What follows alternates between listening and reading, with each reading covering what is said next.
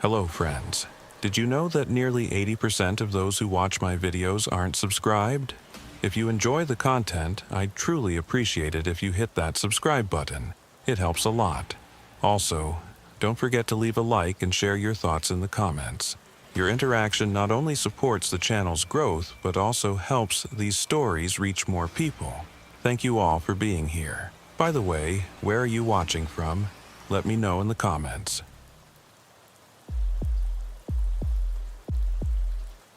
The badge clipped to my chest read, Officer Ambrose Whitlock, Pine Ridge Police Department, Vermont. That October night in 2019 started like hundreds of others during my 12 years on the force. Coffee from the gas station on Route 7, lukewarm and bitter, sitting heavy in my stomach as I patrolled the industrial district on the edge of town. Pine Ridge wasn't much to look at anymore. Population barely pushing 8,000. Most of the factories shut down when manufacturing moved overseas in the early 2000s. What remained were skeletal buildings, broken windows staring out like dead eyes, and enough dark corners to hide just about anything. I was 38 then, divorced 3 years, living in a one-bedroom apartment above the Chinese restaurant on Main Street. My daughter Bethany visited every other weekend, though those visits were getting less frequent as she hit her teenage years and found better things to do than hang out with her old man. The night shifts suited me fine. Less traffic, fewer domestic calls, and the darkness had a way of making everything feel distant, manageable. The call came through dispatch at 11:43 p.m. Cornelius, our night dispatcher for the past 15 years, had this gravelly voice that always sounded like he'd just woken up, even at the start of his shift. Unit 7 got a report of suspicious activity at the old Brackenridge textile facility on Industrial Way. Caller says they heard what sounded like machinery running inside. Your closest. I knew the Brackenridge plant well. 5 stories of red brick and broken dreams, shut down in 2001 after a bankruptcy that left 200 people without jobs. The city kept saying they'd demolish it, but the money never materialized, so it sat there, slowly being reclaimed by nature and vandals. Kids broke in sometimes to drink or spray paint the walls. Urban explorers came through with their cameras, and occasionally we'd find someone trying to strip copper from the pipes. Copy that, Cornelius. En route. Probably just kids messing around. That's what I figured, Cornelius replied. But the caller, Mrs. Pemberton from the house on Maple, she was pretty insistent. Said it sounded like the old looms running. Mrs. Pemberton was 83 and lived alone in the last occupied house near the industrial district. Most of her neighbors had moved away years ago, but she'd stayed, stubborn as rust. She called in complaints maybe once a month, usually about rats or strange smells, but she wasn't the type to imagine things. The drive to Brackenridge took 8 minutes. The streets were empty except for the occasional cat darting across the road and a few parked cars outside Murphy's Tavern. As I turned onto Industrial Way, my headlights swept across the abandoned buildings lining both sides of the street. The Brackenridge plant loomed at the end, a massive brick monument to better times. Sure enough, I could see a faint light flickering in one of the third-floor windows. I parked the cruiser about 50 yards from the main entrance and grabbed my flashlight. The October wind cut through my uniform jacket, carrying the smell of rust and decay that always hung around the old industrial district. The main doors had been chained shut years ago, but I knew from experience that there were at least 3 other ways into the building if you knew where to look. As I approached the loading dock on the building's east side, I heard it. A rhythmic mechanical sound, muffled but distinct, coming from somewhere inside. It did sound like machinery, that steady thump, thump, thump of industrial equipment. But that was impossible. The power had been cut to the building years ago, and even if someone had jerry-rigged a generator, those old textile machines hadn't been maintained in 2 decades. they'd be rusted solid. The loading dock door was partially open, the chain that should have secured it lying on the ground, freshly cut with what looked like bolt cutters. I called it in to Cornelius. Unit 7, I've got forced entry at the Brackenridge plant, east loading dock. Heading inside to investigate. There's definitely some kind of mechanical sound coming from the building. Roger that, Ambrose. Want me to send backup? I thought about it for a moment. We only had 2 other officers on duty tonight, and they were probably dealing with the usual Friday night bar fights and domestic calls. Negative. I'll check it out first. Probably just someone running a generator, maybe stripping metal. I'll call if I need assistance. The loading dock opened into a cavernous space that had once been the receiving area. My flashlight beam cut through the darkness, illuminating graffiti-covered walls and piles of debris. The mechanical sound was louder here, echoing off the concrete walls, and I could hear something else now, a low humming, almost like voices chanting, but too faint to make out words. I moved deeper into the building, following the sound. The old factory floor was a maze of rusted machinery, some of the textile looms still in place, their metal frames twisted and corroded. Pigeon droppings covered everything, and the air was thick with dust that made me want to cough. My footsteps echoed despite my efforts to move quietly. The sound was coming from the stairs leading to the upper floors. As I climbed, the metal steps groaning under my weight, I noticed something odd. The dust on the handrail had been disturbed recently, multiple handprints visible in my flashlight beam. Fresh footprints marked the dusty steps, lots of them, maybe a dozen different sets of shoes. The second floor was more of the same, abandoned machinery and decay, but the sound was getting louder. I could definitely hear voices now, a rhythmic chanting that matched the mechanical thumping. My hand moved instinctively to my service weapon, though I didn't draw it. Probably just some kind of party, I told myself. Kids these days did all sorts of weird stuff. When I reached the 3rd floor, I saw the light. It was coming from the far end of the factory floor, past rows of old looms flickering like candlelight. The chanting was clear now, though I couldn't understand the words. It didn't sound like English or any language I recognized. The mechanical sound was overwhelming here, that steady thump, thump, thump that seemed to make the whole building vibrate. I moved carefully between the looms, staying in the shadows. As I got closer, I could see figures moving in the light, maybe 15 or 20 people, all wearing what looked like dark robes or coats. They were standing in a circle around something, swaying in unison with the rhythm of the sound. That's when I saw her, Minerva Blackstone, the security guard from the chemical plant on the other side of town. I'd done a few joint patrols with their security team, and Minerva was always professional, serious, mid-40s with graying hair she kept in a tight bun. Seeing her here, in a robe, chanting with a group in an abandoned factory at midnight, made no sense at all.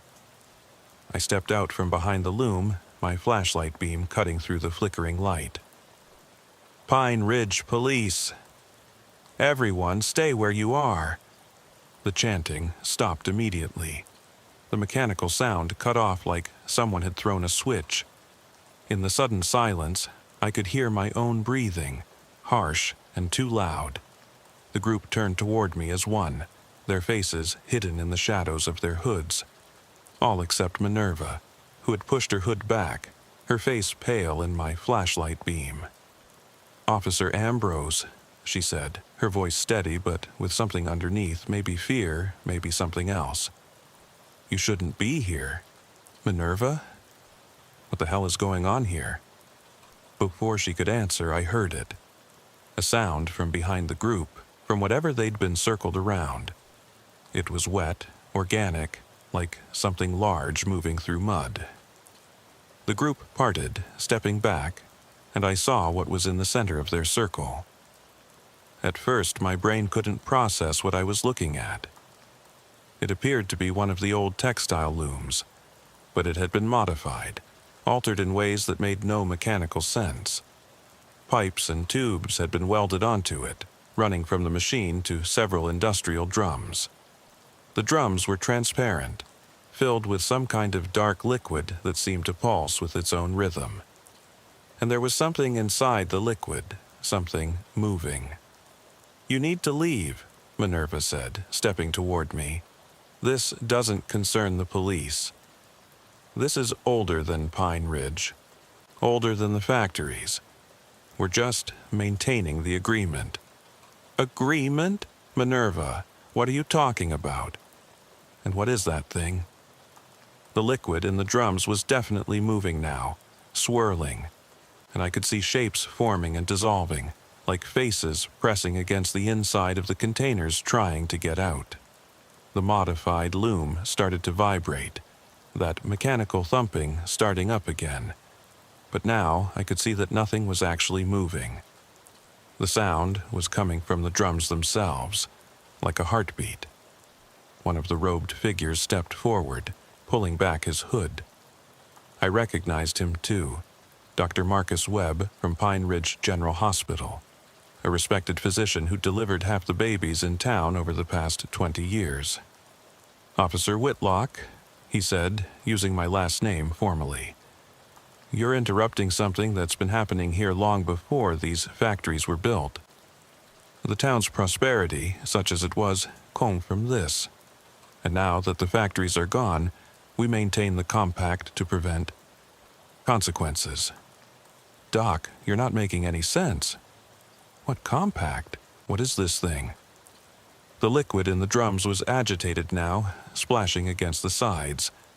I could smell something chemical and wrong, like formaldehyde mixed with rotting vegetation. Several of the robed figures stepped back, and I heard someone whisper, "It knows there's an outsider." Minerva moved closer to me, her hand outstretched like she was trying to calm a spooked animal. "Ambrose, please. Just walk away. Forget you saw this. We've kept Pine Ridge safe for 70 years. The factory closures, the economic downturn. It could have been so much worse. We've prevented that.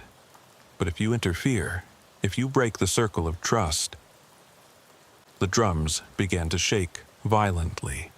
The dark liquid inside was boiling now, but without heat. I could see it clearly, faces in the liquid, dozens of them, pressing against the containers with expressions of anguish or rage, I couldn't tell which. The mechanical thumping grew louder, faster, like a terrified heartbeat. "Everyone back!" Dr. Webb shouted. "The containment is failing." The group scattered, running for the exits. Minerva grabbed my arm, trying to pull me with her. "Run, you fool! You've disrupted the binding." But I stood frozen, watching as hairline cracks appeared in the industrial drums. The dark liquid was seeping out, but instead of pooling on the floor, it was moving with purpose, reaching out in tendrils toward the fleeing figures. That's when the lights went out. Not just the candles or whatever they'd been using for illumination, but my flashlight too, the LED beam dying like someone had drained the battery instantly. The darkness was absolute, deeper than anything I'd experienced, like the light had never existed at all. In that darkness, I heard Minerva scream. The scream cut through the darkness like a physical thing, high and terrible, before being abruptly cut off. I fumbled for my radio, muscle memory guiding my hand in the absolute blackness, but when I pressed the transmit button, nothing happened. Dead, just like my flashlight. I could hear movement all around me, footsteps running, someone sobbing, and underneath it all, that wet, organic sound growing closer.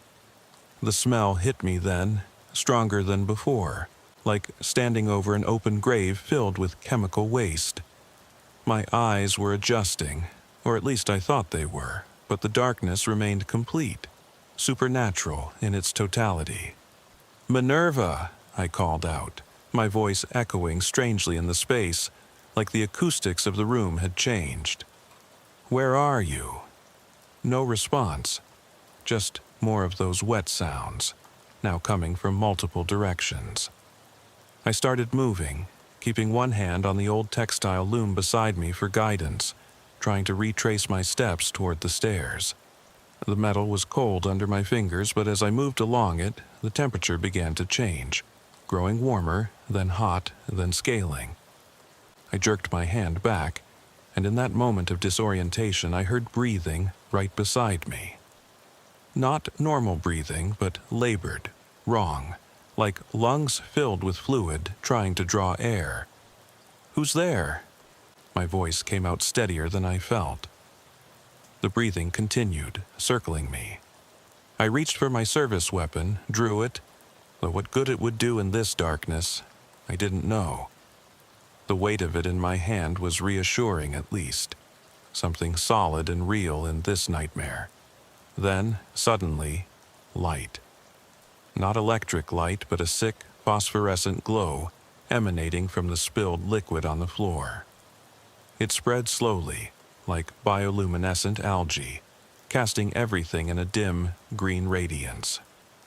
What I saw in that ghostly light made me wish for the darkness again. The liquid hadn't just spilled, it had formed patterns on the floor, geometric shapes that hurt to look at directly, angles that seemed wrong, impossible.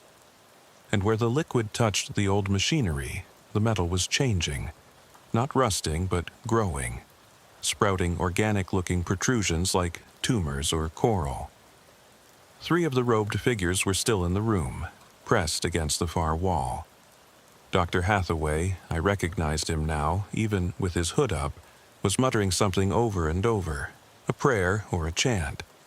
Minerva was on her knees near the modified loom, her hands pressed to her face, dark liquid seeping between her fingers. "Minerva!" I started toward her, but Dr. Hathaway grabbed my arm with surprising strength. "Don't touch her. She's been marked. The containment failed, and it needs a new vessel." "What are you talking about?" "She needs medical attention. She needs something we can't give her," he said, his voice hollow with defeat. 70 years we've kept it contained, fed it just enough to keep it dormant. But you broke the circle, disrupted the ritual. It's awake now, and it's hungry." Minerva lowered her hands from her face, and I stumbled backward.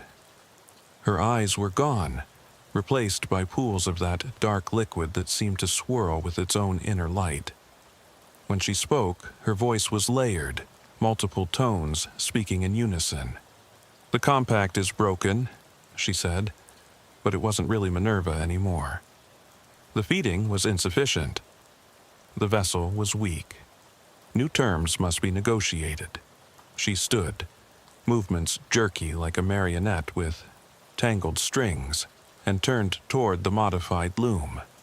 The machine was pulsing now, the metal parts flexing like muscle tissue, those organic growths spreading across its surface. "Minerva, fight it!" I shouted, but Dr. Hathaway pulled me back. "She can't hear you anymore. We need to get out before it fully manifests. Once it takes physical form, the whole town is at risk." "Takes form? What is this thing?" "Something that should have stayed buried," another voice said. I turned to see Cornelius, my dispatcher, stepping out from behind a row of machinery. He wasn't wearing a robe, just his usual rumpled uniform shirt and slacks, but he clearly knew exactly what was happening. "Hello, Ambrose. I'm sorry you had to see this.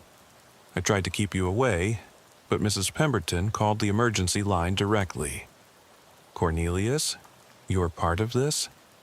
He nodded sadly. "Someone from the department had to be, to make sure no one investigated too closely. Your predecessor knew, and his before him. It was supposed to be explained to you when you made sergeant, but..." He shrugged. "Budget cuts, positions eliminated. The knowledge wasn't passed on properly. The thing that had been Minerva was doing something to the loom now. Her liquid-covered hands moving over the growths, shaping them like clay. The machine was responding, changing, growing larger. I could see faces in the metal now, pressing outward like hands against a sheet. Silent screams distorted in the twisted surface. "We need to leave," Dr. Hathaway said urgently. "If we can get to the basement, there's an old containment circle there. It might hold until we can contact the others, bring in someone who knows the old words." But as we moved toward the stairs, the phosphorescent liquid on the floor began to move, flowing together, rising up in a column that blocked our path. It shaped itself into an approximation of a human form, but wrong, too tall, too many joints, fingers that split and reformed constantly. "No one leaves," it said through what might have been a mouth. "The compact is broken. New terms, new feeding, the town will provide." I raised my weapon, knowing it was useless but needing to do something. "Pine Ridge Police. Stand down or I will fire." The thing laughed, a sound like glass breaking underwater. "Your authority means nothing here, Officer Ambrose Whitlock. I predate your laws, your town, your species. I was here when the indigenous people first found this valley, and they knew better than to wake me. But your kind, you built your factories above my resting place, drove your metals deep into the earth, disturbed my slumber." "The factories brought prosperity," Cornelius said quietly. "As long as they ran, as long as the machines turned, the vibrations kept it calm, sleeping. But when they closed, we had to replicate the patterns," Dr. Hathaway finished. "The mechanical sounds, the vibrations. And the feeding. It required feeding. I thought about all the missing persons cases over the years. Not many, but a steady trickle. Drifters mostly, people who wouldn't be missed. Now I understood where they'd gone. You've been murdering people? Feeding them to this thing?" "Not murder," the thing said, its form shifting, growing more solid. "Transformation. They become part of something greater, their essence sustaining me, keeping me from fully waking. But now the compact is broken. I am awake, and I am so very hungry." The modified loom behind us screamed. Not a mechanical sound, but an actual scream from the twisted metal and organic growth. The thing that had been Minerva was merged with it now, her form disappearing into the machine's expanding mass. The loom was moving, ancient gears turning despite having no power source, producing not fabric but something else, sheets of that dark liquid that solidified into shapes I couldn't quite focus on. "The basement," Dr. Hathaway whispered urgently. "Now!" We ran, not toward the block stairs but deeper into the factory floor, following Cornelius, who seemed to know another route. The phosphorescent light followed us, spreading across the ceiling like veins, pulsing with that same heartbeat rhythm. Behind us, I could hear the thing pursuing. Not footsteps, but a wet sliding sound, like a massive slug moving over broken glass. We reached a service elevator, the old cage-style freight lift that should have been rusted solid. But when Cornelius pulled the lever, it groaned to life, descending slowly, too slowly. Through the cage walls, I could see the thing approaching, its form now massive, filling the space between the machinery, absorbing everything it touched into its growing mass. "Faster!" I shouted, uselessly. "The building itself is fighting us," Cornelius said. "It's been feeding here so long, the structure is part of it now." The elevator shuddered to a stop 2 floors down, in what looked like a sub-basement I hadn't even known existed. The walls here weren't brick, but carved stone, far older than the factory above. Symbols were etched into every surface, not quite hieroglyphs, not quite runes, something that predated both. Dr. Hathaway led us to a circular room at the center of the basement.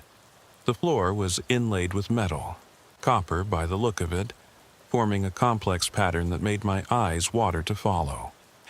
He immediately began pulling containers from a hidden shelf, white ceramic jars that looked ancient. Salt, iron filings, and... He paused, looking at the last container. We're out of the binding agent. Minerva was supposed to bring it tonight. The building shook, dust falling from the stone ceiling. The thing was moving through the floors above us, searching. "What binding agent?" I demanded. Dr. Hathaway and Cornelius exchanged glances. "Blood," Cornelius said finally. "Willing blood, freely given. It's the only thing that completes the circle." I looked at the copper inlay, understanding dawning. "That's what you've been doing. The missing people. You said you fed them to it. But that's not all, is it? You've been using their blood to maintain this containment circle." "Their sacrifice kept the town safe," Dr. Hathaway said defensively. "1 or 2 a year to save thousands. It was a bargain our predecessors made, and we've honored it. Until tonight," I said bitterly. The stone ceiling cracked, a fissure running from one wall to another. That phosphorescent liquid began seeping through, dripping onto the copper circle and making it smoke and corrode. "It's found us," Cornelius said unnecessarily. I looked at the 2 men, these respected members of our community who'd been murdering people for years, feeding them to some ancient horror to keep it dormant. Part of me wanted to arrest them both, assuming we survived. But the larger part was focused on the immediate problem of that survival. "How much blood?" I asked. "What?" Dr. Hathaway looked confused. "For the circle." "How much blood do you need?" "A pint, maybe more. But it has to be freely given, that's the key. The willing sacrifice is what gives it power." I rolled up my sleeve. "Then take it." Both men stared at me. "Ambrose, you don't understand," Cornelius began. "Once you are part of the compact, you can never leave. You'll be bound to this thing, to keeping it contained for the rest of your life. The alternative being it gets loose and kills everyone in Pine Ridge. Essentially, yes." The ceiling gave way completely, and the thing flowed into the room like a liquid avalanche. But when it hit the copper circle, it recoiled, steam rising from its surface. The binding was still partially working, but without the blood component it wouldn't hold for long. Dr. Hathaway moved quickly, pulling out a medical kit from the same hidden shelf. His hands were steady despite the chaos around us, years of medical training overriding the terror of the moment. The thing circled the copper boundary, testing it, probing for weaknesses while making sounds that weren't quite words, weren't quite screams, but something between that made my teeth ache. "This is insane," I said as he tied a tourniquet around my upper arm. "We're performing a blood ritual in a basement while that thing tries to eat us." "Welcome to the real Pine Ridge," Cornelius said grimly, spreading salt along the copper circle's edge where the creature's essence had begun to corrode it. "The town you thought you knew was always just the surface." The needle went in clean, and I watched my blood flow into an ancient ceramic bowl that Dr. Hathaway had inscribed with those same impossible symbols. The moment the first drops hit the bowl, the air in the room changed. It became thicker, charged, like the moment before lightning strikes. The thing noticed too. Its assault on the circle intensified, and I could see it more clearly now in the phosphorescent glow of its own form. It had absorbed parts of the factory above, mechanical components jutting from its fluid mass, gears turning within transparent flesh, pipes becoming veins that pumped that dark liquid through its ever-shifting body, and faces. So many faces pressed against its surface from within, mouths open in silent screams. I recognized some of them, missing persons from old case files I'd reviewed, people I'd assumed had just left town. "How long has this been going on?" I asked, trying to focus on something other than the needle in my arm and the nightmare circling us. The original compact was made in 1952, Dr. Hathaway said, carefully collecting my blood. When they built the factory, the excavation went too deep, broke through into something ancient. The thing woke, killed 17 workers in one night before the survivors managed to contain it. They brought in someone from the old country, someone who knew the old ways. My grandmother, Cornelius added quietly. She was from Romania, knew about things like this. She taught them how to keep it sleeping. But the price, he trailed off. The price was blood, I finished, and you've been paying it ever since. The factory owners knew, Dr. Hathaway continued, watching the bowl fill. They incorporated it into their business model. The occasional workplace accident. The worker who didn't show up one day. As long as the machines ran and the feeding continued, the thing slept, and the town prospered. And when the factories closed, we had to improvise. The fellowship was formed, those of us who knew the truth. We maintained the rituals, the feeding schedule. It wasn't murder, Ambrose, it was survival. One life to save thousands.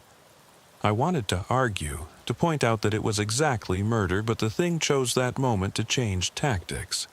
Instead of attacking the circle directly, it began to pull back, condensing, solidifying into something that looked almost human if humans were made of liquid metal and nightmares. It stood maybe 9 feet tall, its surface reflecting our terrified faces in distorted fragments. "The new vessel is here," it said, its voice coming from everywhere and nowhere at once. "The blood giver, the willing sacrifice. You will do nicely, Officer Ambrose Whitlock." "That's not how this works," Dr. Hathaway said firmly, adding something from one of the ceramic jars to my blood. The mixture began to glow with a soft, white light. "The blood is freely given to maintain the binding, not to create a new vessel." The thing laughed, that broken glass sound again. "The old compact is broken. I make the rules now. And I choose him." It reached out, and despite being outside the circle, I felt its touch, cold fingers of thought probing at my mind. Images flooded my consciousness. The town as it was before the factories, just a small settlement in a valley that everyone avoided. The indigenous peoples who'd lived here had known to stay away from this particular spot, had warnings in their oral histories about the thing that slept beneath the earth. Then the industrialists came, ignorant and greedy, and built their empire on top of an ancient horror. I saw the first awakening, workers torn apart, their blood painting the factory walls. The desperate negotiations, the first compact sealed with 13 willing sacrifices who gave themselves to save the town. I saw decades of carefully managed horror, the fellowship growing, changing, passing the burden from generation to generation. And I saw what would happen if the binding failed completely. Pine Ridge consumed, every living thing absorbed into the creature's mass, and then it would spread. Hungry after its long sleep, taking town after town until someone found a way to stop it or it consumed everything. "Almost ready," Dr. Hathaway said, but his voice seemed very far away. The thing was in my head now, showing me more. It showed me Minerva, still conscious somewhere within its mass, screaming endlessly in a place where sound didn't exist. It showed me the others it had absorbed over the years, all still aware, still suffering, fuel for its existence. "You can end their suffering," it whispered directly into my thoughts. "Become my vessel willingly and I'll release them. They'll finally know peace." "Don't listen to it," Cornelius warned, but how could I not? Those faces in its mass weren't just victims. They were people with names, families who'd never known what happened to them. Old Mrs. Thorne from the flower shop who disappeared 3 years ago.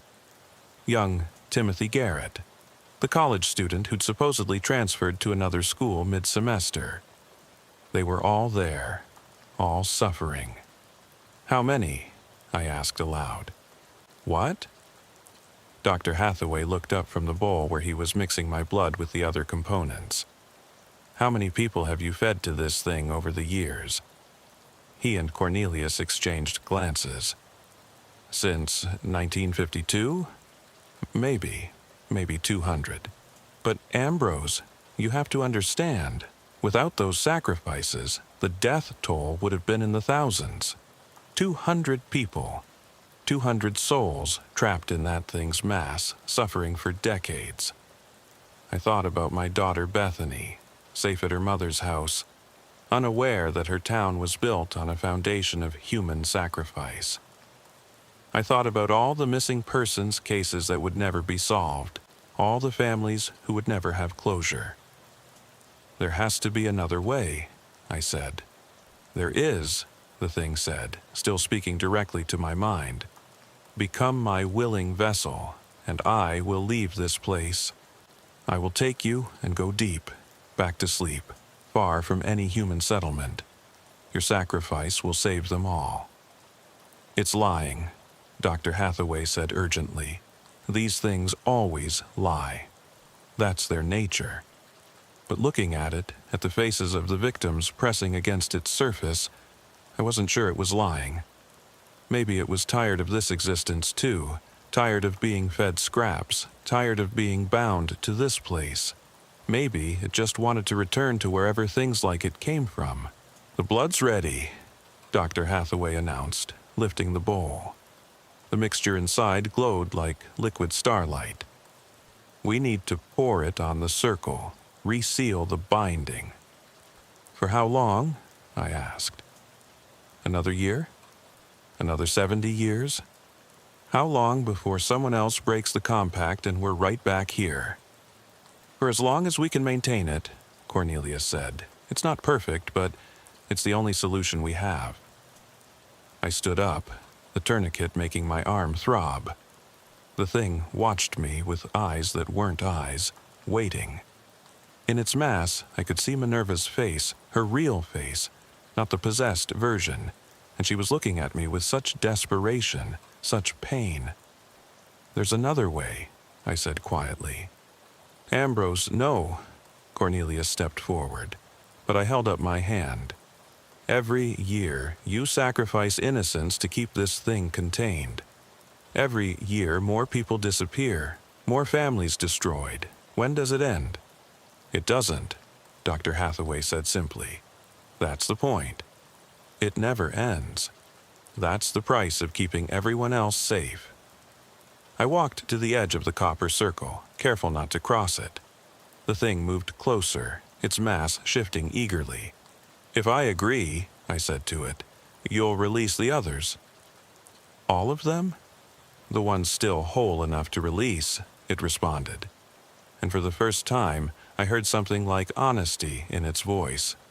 Some have been part of me too long. But the recent ones, yes, they can be freed. And you'll leave Pine Ridge? With you as my vessel, yes. We will go deep, where the earth is warm and the pressure is great. You will sleep and dream, and in dreaming, feed me. It won't be pleasant, but it won't be the agony they experience. It gestured to the faces in its mass. Ambrose, you can't trust it. Dr. Hathaway moved toward me with the bowl of blood, ready to complete the binding. I had to make a choice.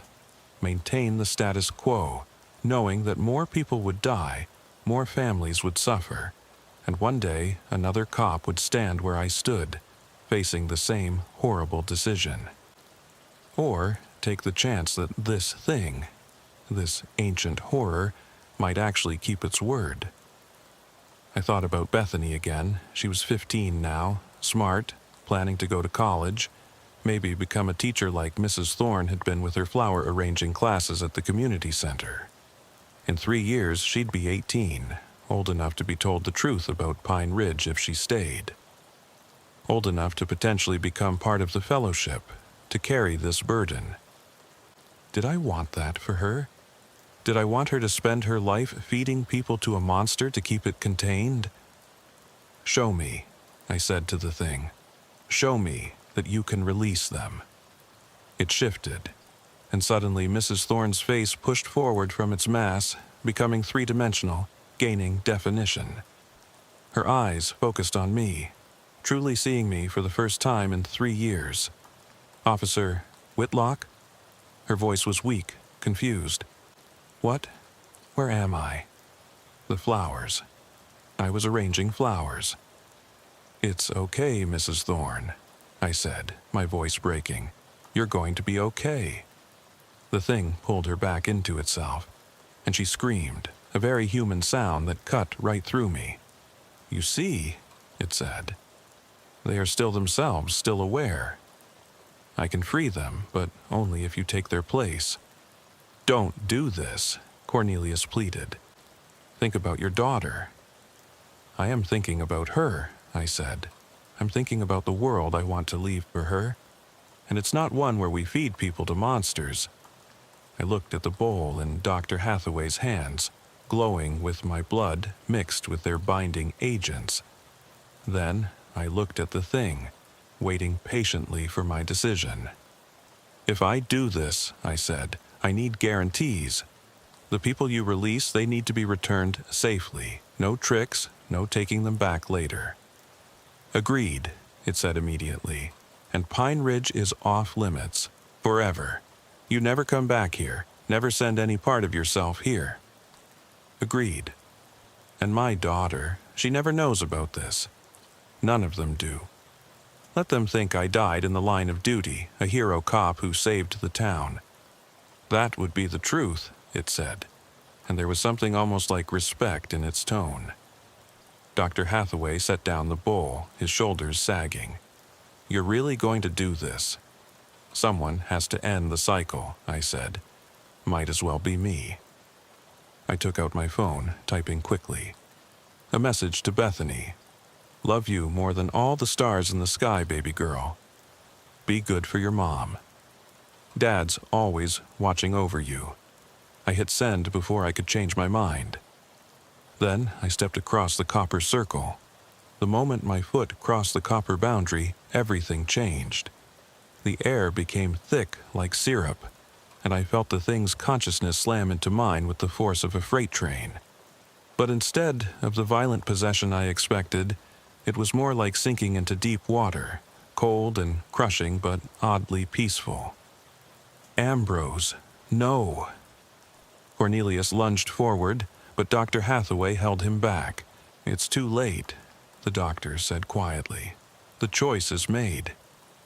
The thing's mass flowed around me, not touching yet, but close enough that I could feel its alien coldness radiating against my skin. In my mind, I heard its voice, no longer monstrous, but almost gentle. "You are braver than the others," it said. "They always fought. You choose." "Keep your word," I said aloud, my voice surprisingly steady. "Release them."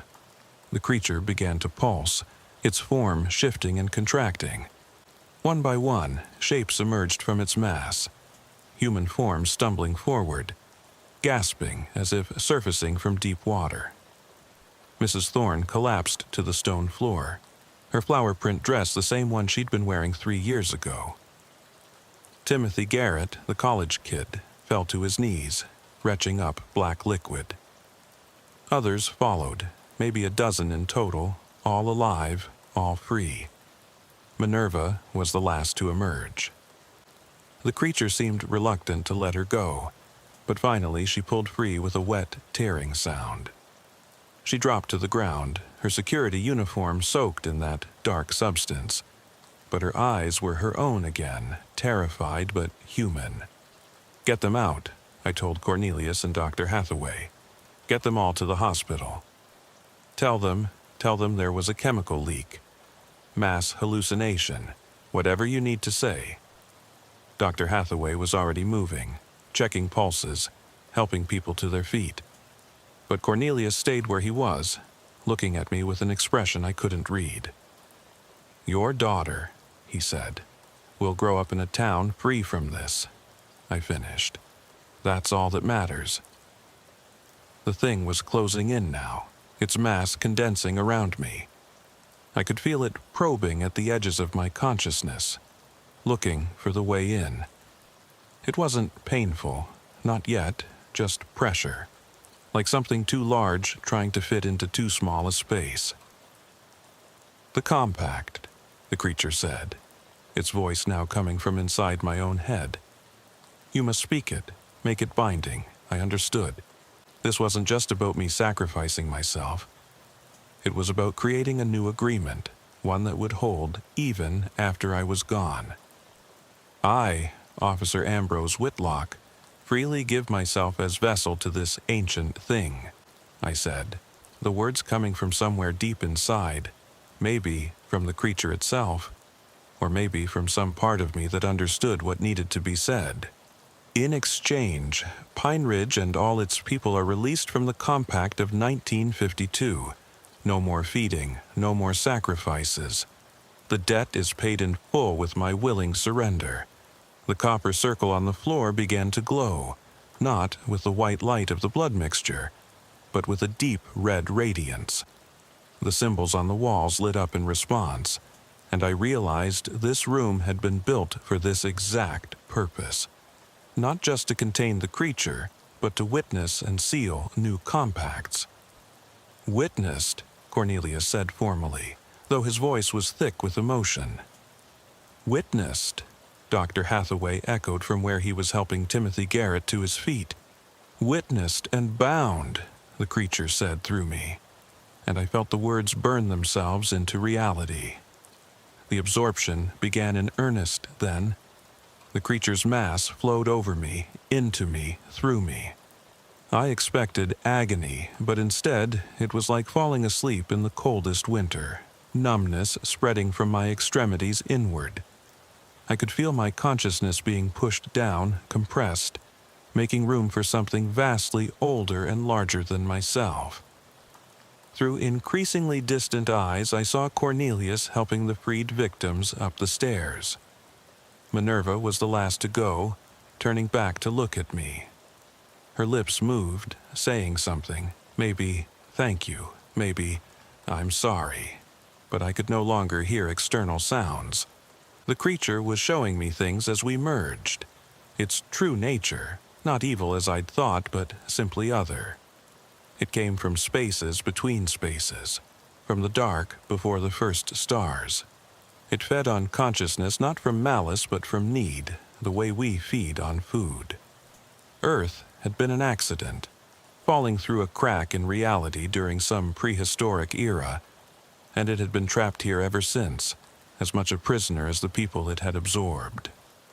"We will go deep," it promised as my vision began to fade. "Deeper than any human has gone. The pressure will keep us sleeping. Your dreams will sustain me for centuries, and you will not suffer as the others did. This I promise, as you promised to free them." I wanted to ask if I'd dream of Bethany, of Pine Ridge, of the life I was leaving behind, but I could no longer form words, could no longer distinguish between my thoughts and its thoughts. We were becoming something new, neither human nor creature, but a fusion bound by the compact. The last thing I saw with my own eyes was Dr. Hathaway sealing the door to the ritual room, tears streaming down his face. The last thing I heard with my own ears was the sound of sirens approaching the factory, coming to deal with the chemical leak that had affected so compact, how it's held, how Pine Ridge has flourished in my absence. No more disappearances, no more feeding. Just a normal town with a strange history that fewer and fewer people remember. Minerva wrote a report, apparently. Said I died saving her and others from a chemical leak at the old factory. Said I was a hero. There's a plaque with my name on it at the station, and every year on the anniversary they hold a small ceremony. Bethany attends. The creature shows me, though she's older now, has kids of her own. She tells them about their grandfather, the hero cop who saved the town. It's not the worst ending, I suppose. Not the one I would have chosen if I'd woken up that October morning knowing what the night would bring. But given the alternatives, given what would have happened if the cycle had continued, I can live with it. Or whatever you call this existence, neither living nor dead, neither human nor monster. Sometimes when the pressure is just right and the Earth's magnetic field aligns in certain ways, I can almost reach out, almost touch the world above. I've learned not to try. It disturbs the creature, makes it hungry, and that hunger could break the compact if it grows too strong. So I stay quiet, stay still, and dream my dreams in the deep darkness. The story should end here, with my sacrifice, with Pine Ridge saved. But stories, real stories, don't end cleanly. Because last week, or last year, or last decade, time is so hard to track down here, the creature showed me something that made whatever's left of my human consciousness scream in warning. Another town, 3 states over, has started building a new industrial complex. The excavation is going deep, deeper than safety regulations should allow. The creature can feel it through the rock, the vibrations traveling along fault lines and underground rivers. They're going to find another one. Another thing like my companion, sleeping in the deep places, waiting to be disturbed. The creature tells me there are many of them scattered across the world, most sleeping. Some already awakened and contained by compacts we'll never know about. It tells me that what happened in Pine Ridge was not unique, that there are fellowships in other towns, making other bargains, feeding other horrors to keep them contained. But this new excavation, they don't know what they're about to uncover. There's no one to warn them, no fellowship to manage the awakening. The creature and I are too far away, too deep, bound by our compact to Pine Ridge alone. All we can do is feel the vibrations getting stronger, sense the sleeping thing beginning to stir. I try to dream warnings, try to send messages through the underground networks of water and stone. But I'm just one small consciousness merged with an ancient horror, hiding in the deep places to keep one town safe. My reach is limited, my voice is silent, and somewhere above, another tragedy is about to begin. The creature tells me not to worry, that it's not my responsibility anymore. My compact was with Pine Ridge, and that compact holds. But I was a cop for 12 years, sworn to protect and serve, and that oath didn't end when I stepped across the copper circle. So I keep trying, keep pushing against the boundaries of our prison, hoping that somehow, somewhere, someone will hear the warning and stop the digging before it's too late. But down here in the deep darkness, where pressure makes time meaningless and dreams are the only currency that matters, I'm learning that some horrors can't be prevented, only managed. And sometimes the best you can hope for is that when the awakening comes, there's someone like me, someone willing to make the hard choice, someone willing to step across the circle and say the words that need to be said. Until then, I dream. I dream of Bethany and her children. I dream of Pine Ridge, safe in its ignorance.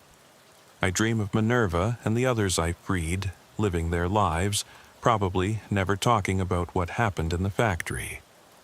And sometimes, when the weight of the earth above threatens to crush whatever humanity I have left, I dream of that October night when I was just Officer Ambrose Whitlock, thinking the worst thing I'd face was teenagers' vandalism at an abandoned factory.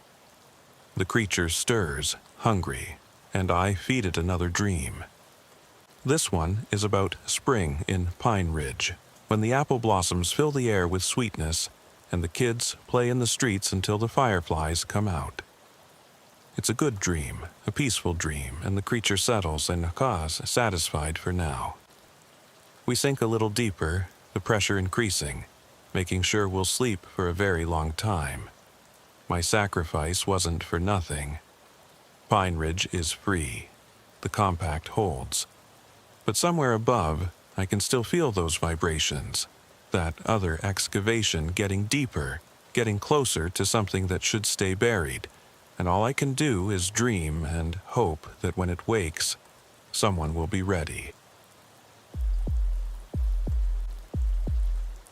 My name is Officer Horatio Blackwood, and I've been with the Ashford County Sheriff's Department in rural Kentucky for 16 years. Started when I was 25, fresh out of the Army, thinking I'd seen everything there was to see about human nature during my 2 tours in Afghanistan. But nothing, absolutely nothing in my military experience prepared me for what I encountered at 1428 Willowbrook Lane on that humid Thursday evening in September 2021. The call came through dispatch at 8:47 p.m., just as the sun was painting the horizon in shades of rust and purple.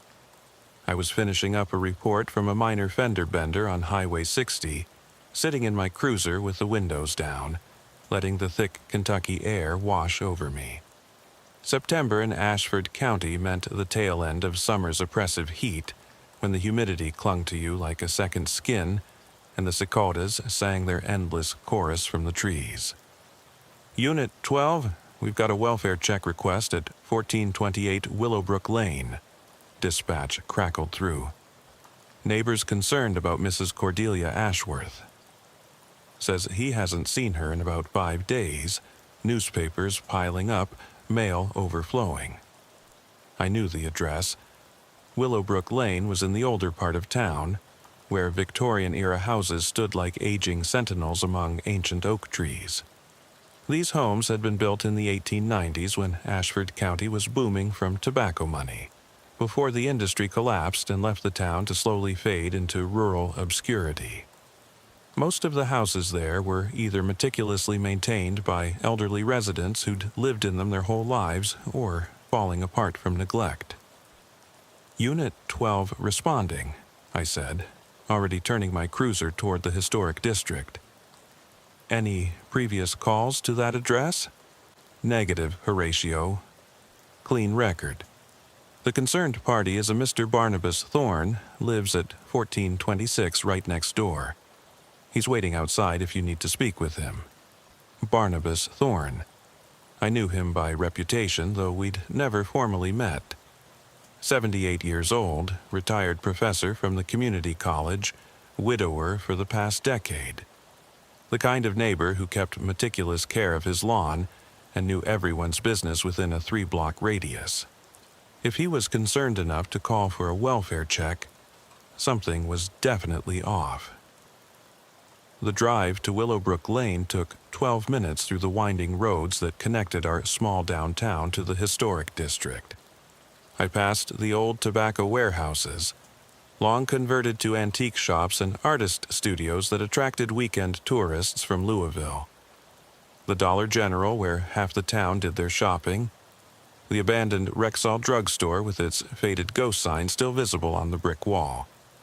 This was small-town America in all its fading glory, a place where everyone knew everyone, and secrets were hard to keep.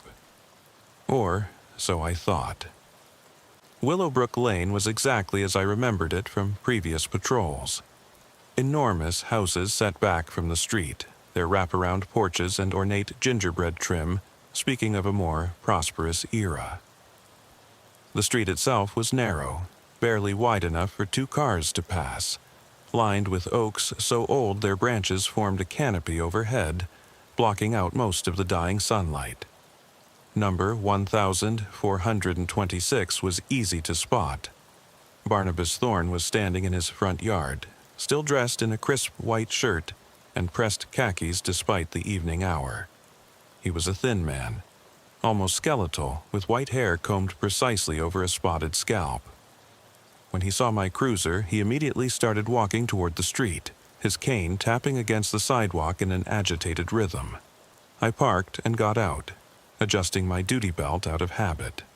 The weight of my equipment, radio, weapon, flashlight, cuffs, was familiar and reassuring.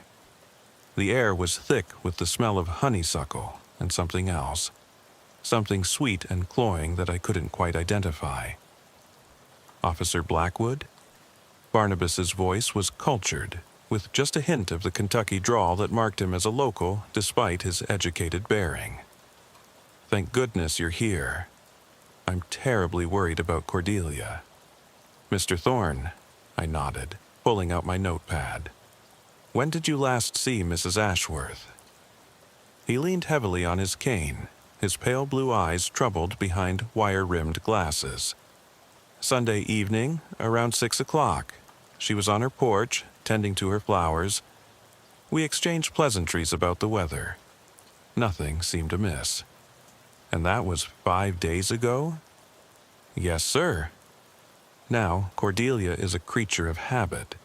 Every morning at 7 sharp, she's out getting her newspaper. Every evening at 6, she waters her flowers. I haven't seen her do either since Sunday. Her newspapers are piling up. Look. He pointed with his cane toward the house next door. Number 1428 was a Queen Anne Victorian. 3 stories of faded yellow paint with dark green trim. The wraparound porch was cluttered with potted plants, all of them wilting in the heat. Sure enough, I could see several newspapers in their plastic bags scattered on the front walk. The mailbox was stuffed so full that the door couldn't close properly, envelopes and advertisements spilling onto the ground. Does Mrs. Ashworth have family nearby? Anyone who might have picked her up? Barnabas shook his head. She's 93 years old, officer. Her husband passed in 2004, and her only son lives in Seattle. They're not close. He calls on holidays, sends a card on her birthday, but that's about it. She's lived alone in that house for 17 years. Any health issues you're aware of? She's remarkably spry for her age, Barnabas said, and I caught a note of admiration in his voice. Still drives herself to church every Sunday, does her own shopping. Though he paused, seeming to consider his words carefully. Though what, Mr. Thorne? Well, lately she's seemed a bit distracted. Forgetful, perhaps. Last month I found her in my backyard at 3 in the morning. Said she was looking for her cat. But Cordelia hasn't had a cat in 5 years. When I reminded her, she seemed confused, disoriented. I walked her home, and the next day she acted as if nothing had happened. Early stage dementia, possibly. It would explain the sudden absence. Maybe she'd wandered off, gotten lost. But that didn't explain why her car was still in the driveway. A pristine 1998 Buick LeSabre that probably had less than 30,000 miles on it. I'm going to check on her, I said. Would you mind waiting here in case I need any additional information? Of course, officer, I'll be right here. I walked up the cracked concrete path to 14228, noting the overgrown grass that hadn't been cut in at least 2 weeks. The porch steps creaked under my weight, and that sweet, cloying smell grew stronger. Up close, I could see that several of the potted plants weren't just wilting. They were dead, their leaves blackened as if burned. The front door was painted dark green, with an oval glass window etched with flowers. I knocked firmly. Mrs. Ashworth? This is Officer Blackwood with the Sheriff's Department. We're just checking to make sure you're okay. No response. I knocked again, harder this time. Mrs. Ashworth? Cordelia? If you can hear me, please come to the door or call out. Still nothing. I tried the doorknob, and to my surprise, it turned easily. The door swung open on well-oiled hinges, revealing a dark foyer. That sweet smell hit me like a physical force, mixed now with something else, something that made my stomach turn. It wasn't the smell of death exactly. I'd encountered that enough times to recognize it immediately. This was different, organic but wrong somehow, like fruit that had fermented past the point of decay into something else entirely. Mrs. Ashworth? I called out, stepping into the foyer. Sheriff's Department. I'm coming in to check on your welfare. The house was dark, all the curtains drawn despite it still being light outside. I pulled out my flashlight, the beam cutting through the gloom to reveal a surprisingly well-maintained interior. The foyer opened into a parlor on the left and a staircase on the right.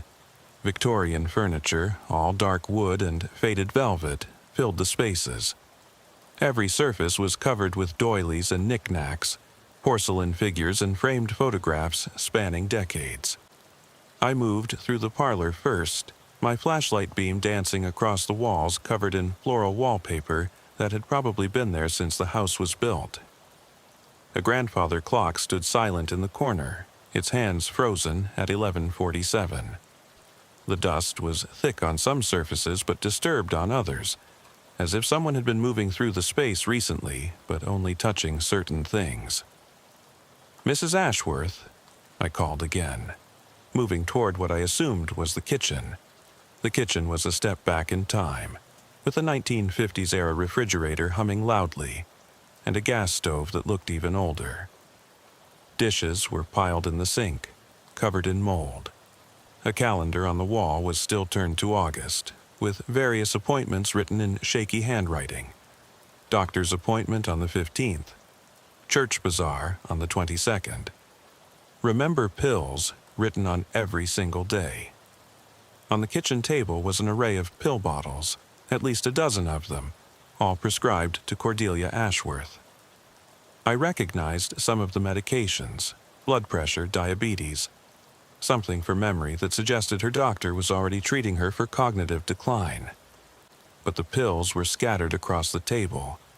Many of them spilled from their bottles, as if someone had swept their arm across the surface in frustration or confusion. A notepad sat among the pills, covered in handwriting that started neat and gradually devolved into barely legible scrawls. I leaned in to read it, and what I saw made my skin crawl. "He comes at night, through the walls, through the floors. He whispers things. Not real, doctor says not real, but I can see him. Barnabas knows. Barnabas has always known. The basement. Don't go to the basement. He lives in the basement now. They're all in the basement. All of them. Waiting." The last entry was just one word, written over and over again until it filled the entire page. Hungry. I keyed my radio. "Dispatch, this is Unit 12. I'm inside the residence. No sign of Mrs. Ashworth yet, but there are indications of mental distress. Continuing to search." "Copy that, Unit 12. Do you need backup?" I considered it. The house felt wrong. Every instinct I'd developed over 16 years of police work was screaming at me that something was off. But it was probably just an elderly woman with dementia who'd wandered off or was hiding somewhere, confused and frightened. "Negative. Dispatch. I'll advise if status changes." I moved back through the house toward the staircase.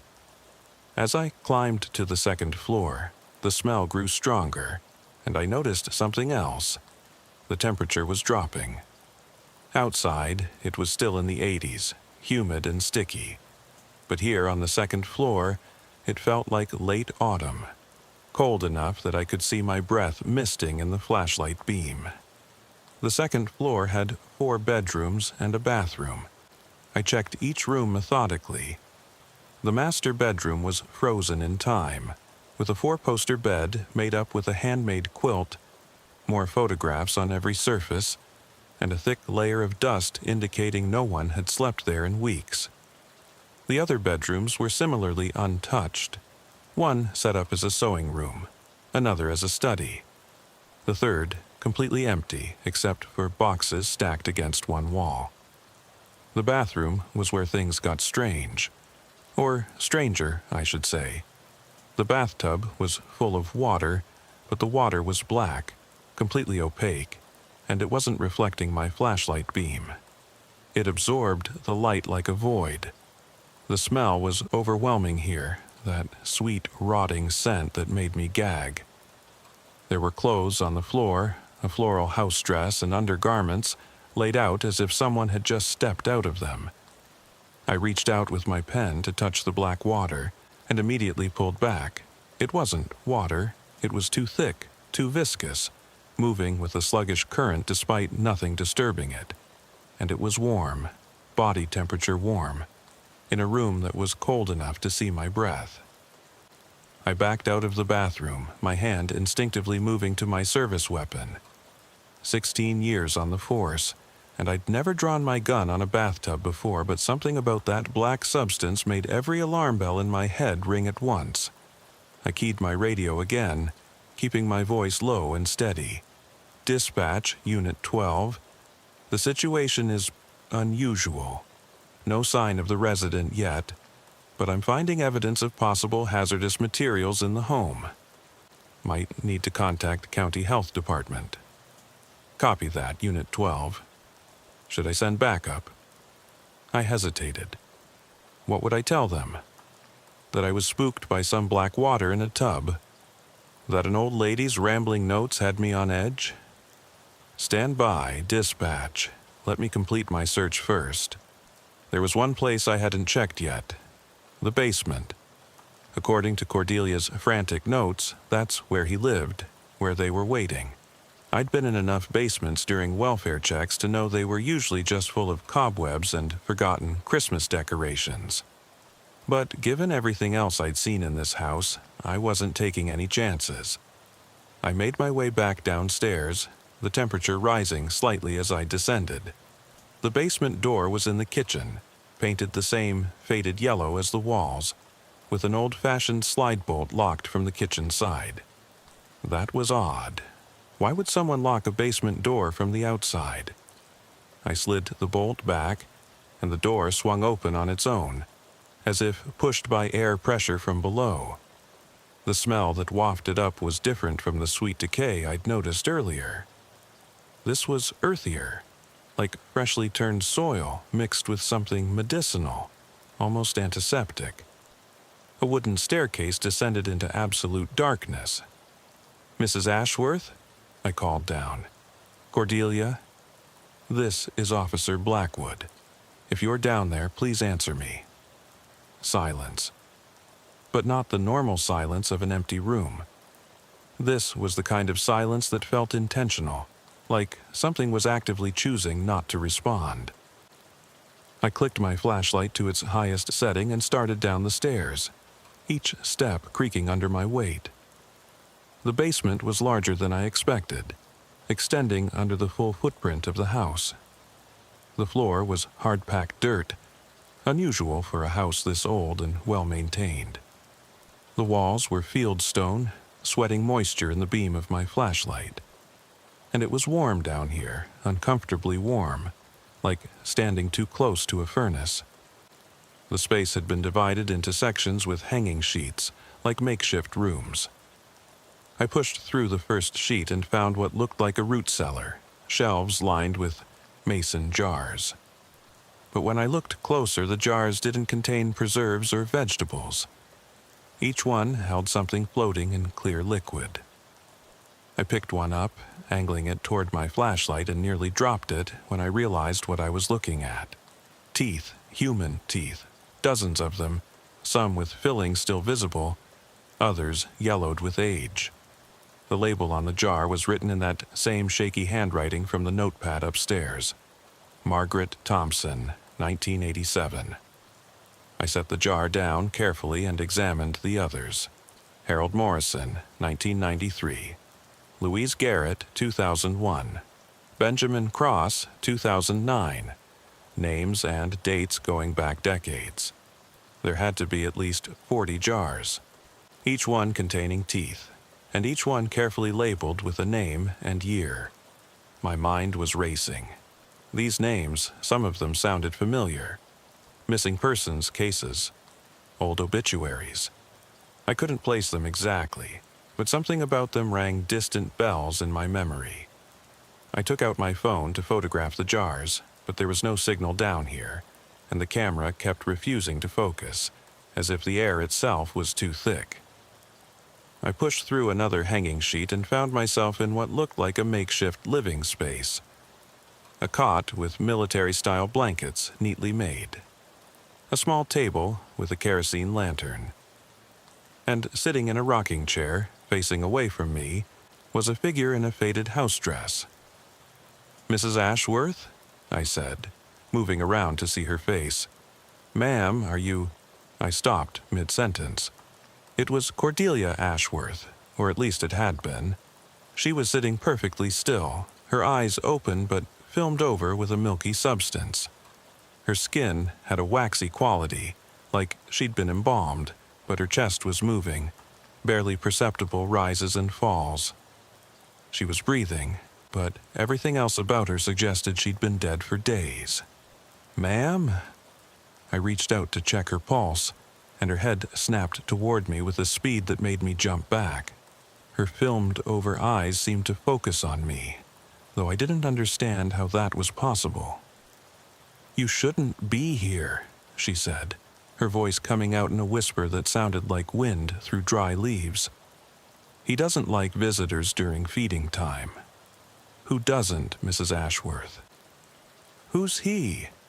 She smiled then, and I saw that her teeth were gone, her gums black and receded. "Mr. Thorne, of course, dear Barnabas. He's been so patient with me, 70 years of patience. But I'm almost empty now. That's why you're here, isn't it, to be the next one?" Before I could respond, I heard footsteps on the stairs behind me. Slow, measured steps accompanied by the tap of a cane. I turned to see Barnabas Thorne descending into the basement, but something was different about him. In the stark beam of my flashlight, his skin seemed to shift and move, as if something was crawling just beneath the surface. "I do apologize, Officer Blackwood," he said, his cultured voice unchanged despite his transformation. "I had hoped Cordelia would last a few more weeks. It's so inconvenient when they expire before I've made proper arrangements for a replacement." I drew my weapon, training it on him. "Stay right there, Mr. Thorne. Don't move." He laughed, a dry sound like papers rustling. "Oh, officer, your gun won't help you here. I'm far too old for bullets to matter. Would you like to know how old? I came to Ashford County in 1887, though I looked different then. I've worn so many faces, lived in so many houses on this street. The Thorne identity has been useful for the past 15 years, but I think it's time for a change." He took another step down, and I saw his face clearly for the first time since entering the basement. The skin was moving because it wasn't really skin at all. It was thousands of tiny insects, beetles or roaches, moving in perfect coordination to maintain the illusion of a human face. As I watched in horror, part of his cheek collapsed inward, revealing nothing but hollow darkness beneath before the insects swarmed to repair the gap. "What are you?" My voice came out steadier than I felt. "I'm a survivor," he said simply. "A traveler who got stranded in this backwater town over a century ago. I feed on human essence, consciousness, whatever you want to call it. But I'm civilized about it. I take only the old, the dying, those who won't be missed. One every few years, stretched out over months of feeding. Cordelia here has sustained me for almost 6 months, haven't you, dear?" Cordelia made a sound that might have been agreement or might have been a death rattle. "The others before her, they all lived on this street. The jars you found, souvenirs. I like to remember them all. They become part of me, you see, their memories, their experiences. Margaret Thompson could make the most wonderful apple pie. Harold Morrison knew everything about jazz music. Each one enriched me." "You're talking about murder," I said, trying to keep him talking while I figured out what to do. "Multiple murders over decades. Murder?" He seemed genuinely offended. "I extended their lives. Cordelia would have died 6 months ago from a stroke. I kept her alive, fed on her slowly, carefully. She felt no pain, only dreams. Beautiful dreams of her youth, her husband, her son when he was young and still loved her. Isn't that better than dying alone in a hospital bed? That's not your choice to make, isn't it? I've been making that choice for over a century, and the town thrives because of it. Do you know why Ashford County has one of the lowest crime rates in the state? Why your children are safe on the streets? Because I'm here, taking only what I need, keeping the real monsters at bay. Real monsters? He smiled, and the insects forming his lips pulled back too far, revealing the void beneath. Oh, Officer Blackwood, you have no idea what's out there. Things that would tear through this town like tissue paper. But they stay away because this is my territory. I'm the devil you know, the one who takes only the old and dying, who maintains the balance. Without me, Ashford County would be a feeding ground for things far worse. I kept my weapon trained on him, though I was beginning to understand how useless it was. Those people upstairs, in the jars, their families never knew what happened to them. Their families thought they died peacefully in their sleep or wandered off with dementia. I gave them closure, even if it was a lie. Better than the truth, don't you think? Better than knowing Grandma was slowly consumed by an ancient being wearing the face of the nice old man next door. A sound from behind me made me turn. Cordelia had stood up from her chair, moving with jerky, unnatural movements like a marionette. Her filmed eyes were fixed on me, and black liquid was beginning to seep from her mouth. The same substance I'd seen in the bathtub upstairs. "She's nearly depleted," Barnabas said conversationally. "Perhaps another day or two at most. That's why I called you here. I need a replacement, and you're perfect. 41 years old, recently divorced, no children, parents deceased. Who would really miss you, Officer Blackwood?" He knew about my divorce, my family situation. How long had he been watching me, planning this? My department would miss me. They'd investigate. Would they? Or would they find your patrol car at the bottom of Ashford Lake, along with a suicide note explaining how the divorce and job stress finally got to you? I've been doing this for over a century, officer. I know how to make people disappear. Cordelia was moving closer, that black liquid now pouring from her mouth, nose, and eyes. It was pooling on the dirt floor, spreading toward me like it had a will of its own. I backed up, but there was nowhere to go. The basement walls were closing in, and Barnabas was still blocking the stairs. "Here's what's going to happen," Barnabas said, his voice taking on a hypnotic quality. "You're going to put down your gun. You're going to sit in that chair, and you're going to let me feed. It won't hurt, I promise. You'll dream beautiful dreams while I slowly consume everything you are. And in 70 or 80 years, when you're just a hollow shell like dear Cordelia here, I'll find someone else. The cycle continues, the town stays safe, and everyone lives happily ever after." The black liquid had reached my boots, and I could feel it trying to seep through the leather, cold and invasive.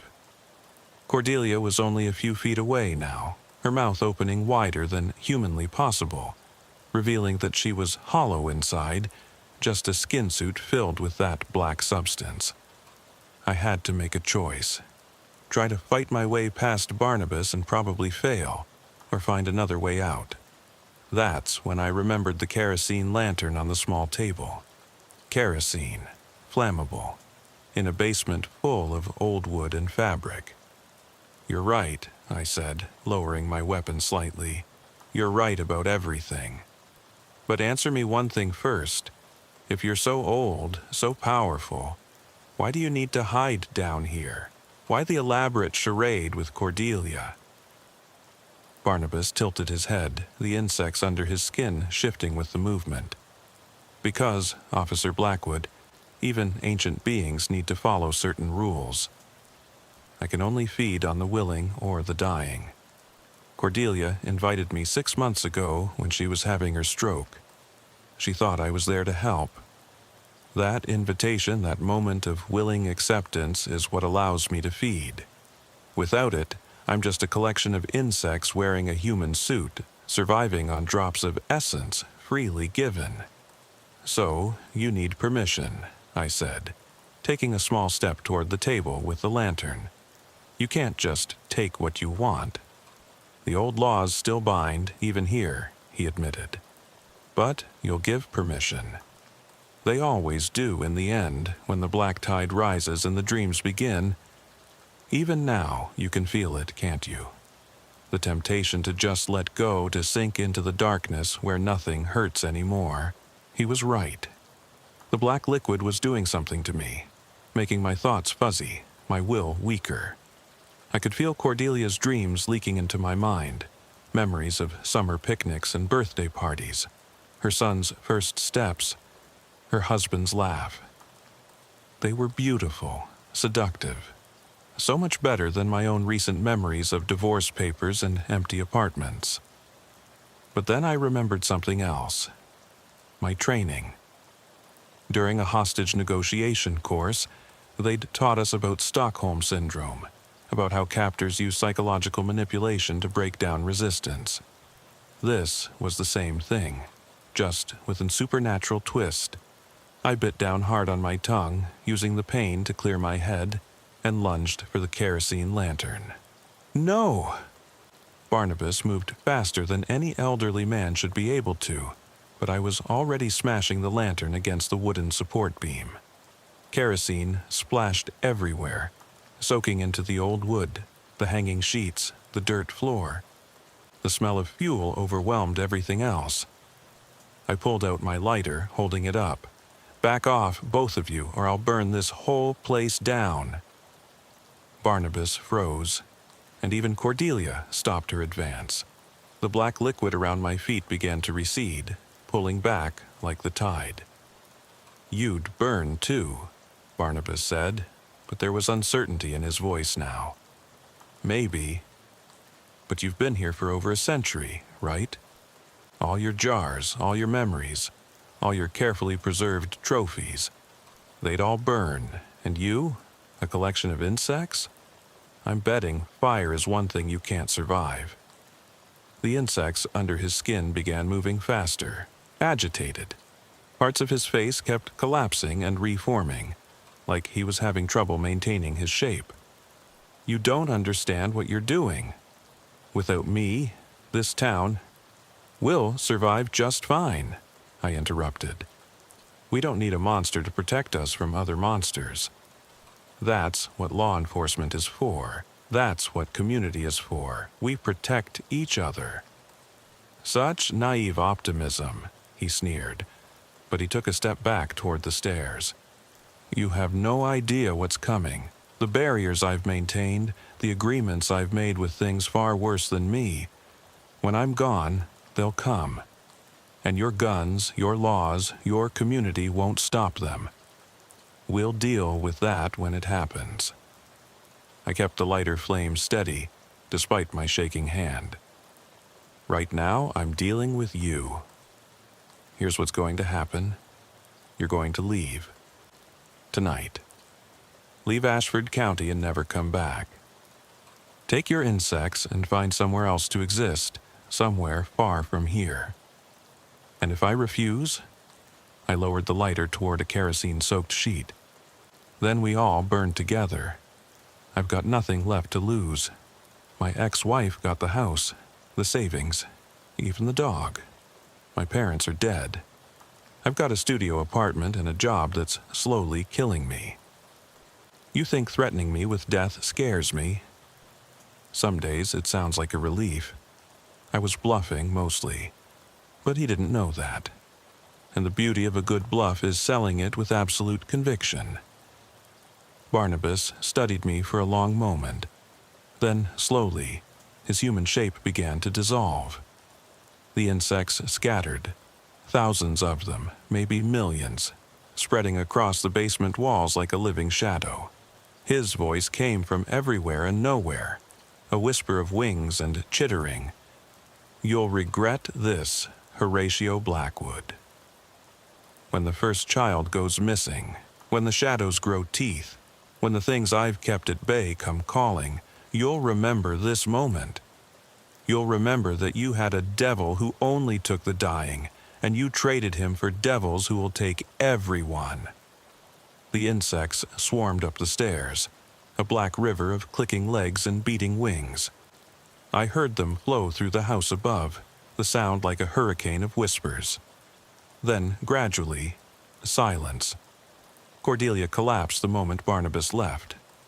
The black liquid poured out of her like she was a punctured balloon, spreading across the floor in a pool that reflected no light. I approached carefully, kneeling beside her. She was still breathing, but barely. "Mrs. Ashworth?" "Cordelia, can you hear me?" Her eyes, no longer filmed over, focused on me. For a moment she was lucid, completely herself. "Officer," she whispered, her voice barely audible. "The basement. Burn it all. Don't let them find." She gripped my hand with surprising strength. "The jars, the names, they're not all dead. Some are sleeping. In other houses, other basements, he had disciples. Who? Which houses?" But she was fading. "Burn it," she said again. "Promise me." "I promise," I said, squeezing her hand. She smiled, a real smile despite everything, and then she was gone. 93 years old, 6 months of being slowly consumed by an ancient evil, and she still had enough strength left to warn me. I carried her body upstairs, laying her gently on her bed. Then I went back to the basement with a can of gasoline from my cruiser. I soaked everything. The jars, the sheets, the cot, the wooden beams. The whole basement reeked of fuel by the time I was done. I should have called it in, should have waited for the fire department, the coroner, the whole official process. But I'd made a promise to a dying woman, and more importantly, I believed her. If Barnabas had disciples, if there were others like him, the evidence in this basement couldn't become public knowledge. It would cause panic, or worse, it might draw them here. I lit a road flare and tossed it down the stairs. The basement went up like it had been waiting to burn. The old wood, dried by decades of that unnatural heat, caught instantly. I watched from the yard as the flames spread up through the house, making sure they consumed everything before I called it in. "Structure fire at 1428 Willowbrook Lane," I reported, my voice steady. "Elderly resident deceased, appears to be natural causes. Fire started in the basement, possibly old wiring." By the time the fire department arrived, the house was fully engulfed. They managed to keep it from spreading to the neighboring homes, but 1428 was a total loss. Cordelia's body was recovered, and the coroner ruled it natural causes, complicated by the fire. No one questioned it. Why would they? She was 93, living alone, with a history of health problems. The investigation into the fire was perfunctory. Old house, old wiring, tragic accident. Case closed. But I couldn't let it go that easily. Over the next few weeks, I quietly researched the names I'd seen on those jars. Margaret Thompson, reported missing in 1987, never found. Harold Morrison, supposedly moved to Florida in 1993, but no forwarding address. Louise Garrett, death certificate filed in 2001, but no burial record. Benjamin Cross, missing person case from 2009, still open. 43 names in total that I could remember. 43 people who had lived on or near Willowbrook Lane over the past century. All elderly, all alone, all forgotten. I also researched Barnabas Thorne. The identity went back 15 years, just like he'd said. Before that, nothing.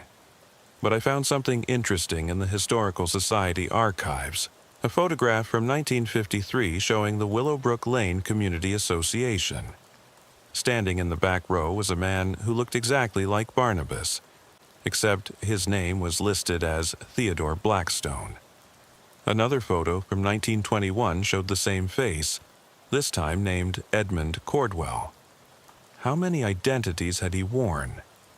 How many times had he reinvented himself, always staying on the same street, always preying on the elderly? 3 weeks after the fire, I got a call to another welfare check. This time on Sycamore Street, 2 blocks from Willowbrook. Mrs. Eleanor Fitzgerald, 87 years old, hadn't been seen in 4 days. Her neighbor, a middle-aged woman named Patricia Morse, was concerned. I went alone. The house was another Victorian, smaller than Cordelia's, but with the same sense of age and isolation. Mrs. Fitzgerald was in her living room, sitting in a recliner, staring at nothing. She was alive, but unresponsive, and there was a sweet smell in the air that made my skin crawl. "How long has she been like this?" I asked Patricia, who had followed me in. "I'm not sure." "A few days, maybe? She's been declining for months. Such a shame." "But don't worry, officer, I've been taking care of her." I turned to look at Patricia more carefully. She was maybe 50, pleasant-faced, wearing a cardigan despite the warm evening. Her smile was kind, maternal even. But there was something in her eyes, a darkness that seemed to move independently of the light. "Taking care of her how?" "Oh, you know.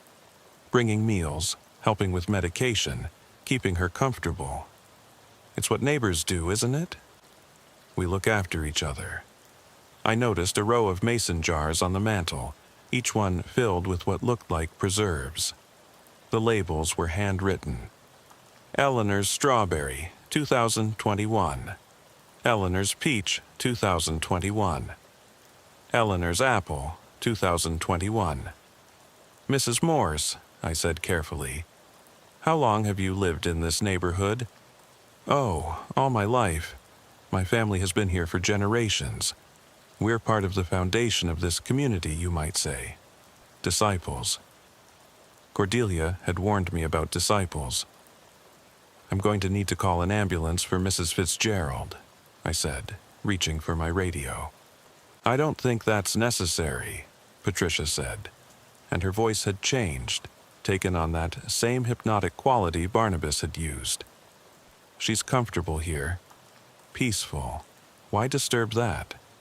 I felt the pull of her words, the temptation to agree, to leave, to forget. But I'd felt it before, and I was ready for it this time. I called for the ambulance anyway and backup. Patricia's pleasant expression never changed, but something shifted in the air around her. "You're the one who drove out Mr. Thorne, aren't you? He told us about you before he left. Told us you'd probably come sniffing around. Us? Oh yes, there are several of us. His children, you might say, though not in any biological sense. He taught us the old ways, how to feed without killing, how to sustain ourselves on the essence of the dying. We're not monsters, Officer Blackwood. We're symbiotes. We give them peaceful dreams while taking what we need to survive." "You're parasites," I corrected, "and you're under arrest." She laughed, a sound like wind chimes made of bone. "For what?" "Bringing food to an elderly neighbor, keeping her company. You have no evidence of any crime." She was right, legally speaking. Without the jars in Cordelia's basement, without Barnabas's confession, I had nothing that would hold up in court. An elderly woman in decline and a neighbor who helped her. That's all anyone would see. The ambulance arrived, and the paramedics loaded Mrs. Fitzgerald onto a stretcher. She would die 3 days later in the hospital, never regaining consciousness. Natural causes, the doctor said. End-stage dementia. Patricia Morse disappeared that same night. Her house was empty when I went to check on her. No forwarding address, no trace except for those jars on Eleanor's mantel. I took them as evidence, but the lab found nothing unusual, just fruit preserves with slightly elevated levels of salt. Over the next month, I identified 3 more potential disciples. An elderly man named Robert Ashton, who ran the Historical Society and had an unusual interest in genealogy records. A young woman named Victoria Crane, who worked at the nursing home and always volunteered for the night shift with the terminal patients. A teenager named Timothy Blackwood, no relation despite the shared surname, who did yard work for all the elderly residents on the east side of town.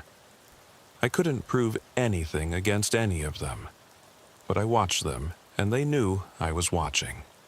One by one, they left town. Robert Ashton retired to Arizona. Victoria Crane took a job in another state. Timothy Blackwood went off to college early. Maybe they were just normal people making normal life choices. Or maybe they were rats fleeing a sinking ship. The months that followed were quiet. No more mysterious disappearances. No more welfare checks that turned into nightmare scenarios. I started to think maybe I'd won. Maybe I'd actually driven them all out. Then the real problem started. December brought the first disappearance. Not an elderly person this time, but a child. 8-year-old Emma Hartley, taken from her bedroom while her parents slept in the next room. No signs of forced entry, no struggle, just an empty bed and an open window. The whole department mobilized, search parties combing the woods, divers checking the lake, Amber Alerts across 3 states. We found her 3 days later, wandering along Highway 60, dehydrated but physically unharmed. But she wouldn't speak, wouldn't tell us where she'd been. She just kept drawing the same picture over and over. A figure made of shadows with too many arms, reaching through her window. 2 weeks later, it happened again. 10-year-old Marcus Jennings, gone from his backyard in broad daylight. His mother had gone inside for just a minute to answer the phone. This time, we found him in the old Brackenridge factory, or what was left of it after the fire I'd set months ago. He was sitting in the ruins, talking to something no one else could see, negotiating in a language that wasn't quite words. When Child Services finally got him to talk, he said the Shadow Man had promised to take him somewhere better, somewhere without rules or bedtimes or vegetables. Classic predator grooming, the psychologist said. But I knew better. I'd driven out Barnabas and his disciples, and something worse had moved in to fill the vacuum. I went back to 1426 Willowbrook Lane, to the house where Barnabas had lived as Theodore Blackstone. It had been sold to a young couple from Louisville, but they'd moved out after just 3 weeks, claiming the house was wrong. It stood empty now, a for sale sign crooked in the overgrown yard. I broke in through the back door, not caring about proper procedure anymore. The house felt different from when Barnabas had lived there, colder somehow, like all the warmth had been sucked out of it. In the basement, I found what I was looking for. Barnabas's real records, hidden behind a false wall. Journals dating back to 1887, written in a spidery hand that gradually modernized over the decades. They told his story, how he'd come to Ashford County following something he called the traveling dark, how he'd established himself as a buffer between our world and things that wanted in. He wasn't lying about protecting the town. The journals contained detailed accounts of negotiations with entities that fed on fear, creatures that existed in the spaces between seconds, things that saw human consciousness as a delicacy. For over a century, Barnabas had maintained a balance. He fed on the elderly and dying, yes, but his presence had kept out far worse predators. Like a wolf marking its territory, keeping out the bears and mountain lions. Now the wolf was gone, and the apex predators were moving in. One journal entry from 1963 stood out. The hollow children came again last night, scratching at the barriers. They hunger for young minds, fresh and untainted by life's disappointments. I reinforced the ward stones, but they grow stronger each decade. If I should ever leave or be driven out, the barriers will fall within a year. God help whoever remains. The Wardstones. I found references to them throughout the journals. 5 stones buried at specific points around Ashford County, creating a pentagram of protection. Barnabas had maintained them with his own essence, feeding them power drawn from his victims. Without him, they were just rocks in the ground. I spent the next week finding them. One was under the courthouse steps, a piece of black obsidian inscribed with symbols that hurt to look at. Another was in the cemetery, buried beneath a gravestone so old the name had worn away. The third was in the foundation of the elementary school. The fourth at the crossroads where Highway 60 met County Road 15. And the fifth was in the lake, 30 feet down, wrapped in chains. All of them were cracked, their power fading. Whatever protection they'd offered was almost gone. I tried to fix them, following Barnabas's instructions from his journals. But they required something I couldn't give. Essence freely given. The same thing Barnabas had harvested from his victims. I wasn't a creature like him. I couldn't feed the stones what they knighted. More children went missing. We found them all, eventually, but they came back changed. Quiet, withdrawn, speaking to invisible friends. The child psychologist brought in from Louisville quit after 2 weeks, saying the children's conditions were beyond her expertise. The FBI got involved, looking for a human trafficking ring, but found nothing. I knew what I had to do. It took me 3 weeks to track him down. Barnabas, or whatever he was calling himself now, had relocated to a small town in West Virginia. I found him living as Martin Ashcroft, caring for an elderly woman with late-stage cancer. The same routine, the same careful feeding, the same maintenance of balance. He wasn't surprised to see me. "Officer Blackwood," he said, still maintaining that cultured accent. "I wondered when you'd come. How many children have the Hollow Ones taken?" 7 so far. We got them back, but they'll never be the same. The Hollow Ones leave marks on young souls. Those children will grow up seeing through the veils, never quite fitting into the normal world. Some will go mad, others will become, like me, eventually, creatures caught between worlds. "Come back," I said, the words tasting like ash in my mouth. "Fix the Wardstones. Protect the town." He laughed, that dry, rustling sound. "Come back? After you burned down my home, drove out my disciples, threatened me with destruction? Why would I do that?" "Because you're not evil," I said, hating myself for admitting it. "You're a parasite, yes, but you're a careful one. You take only what won't be missed, and you protect your territory. The things moving into Ashford County now, they don't have your restraint." "True," he admitted, "but I have a new territory now. This town needs protection too. Then bring your disciples back. Establish a network, protect both towns." He studied me for a long moment, the insects under his skin shifting thoughtfully. "You're suggesting I expand my operation? Create a franchise, as it were?" "I'm suggesting a compromise. You and your disciples can return to Ashford County, but with conditions. No one under 70, no one with family who'll miss them. And full transparency with me. I'll know who you're feeding on and when. Any deviation and I'll burn you all out again. And in exchange, I'll help you maintain the Wardstones. I'll make sure you're not disturbed. I'll even help you create new identities when needed." It was wrong. Every part of it was wrong. I was literally making a deal with a devil to keep out worse devils. But those 7 children's empty eyes haunted me, and I knew more would be taken if something wasn't done. Barnabas agreed, eventually. He returned to Ashford County as Benjamin Cordwright, a retired professor renting a house on Maple Street. Patricia Morse came back as Patricia Morrison. The others trickled in over the following months, taking new names, new faces, but the same old roles. The ward stones were repaired and strengthened. The hollow children retreated, unable to penetrate the barriers. No more children disappeared.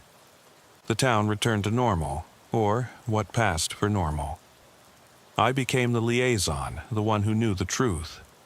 When someone elderly and alone was reaching their end, I'd make sure Barnabas or one of his disciples was there, offering comfort, taking only what would have been lost anyway.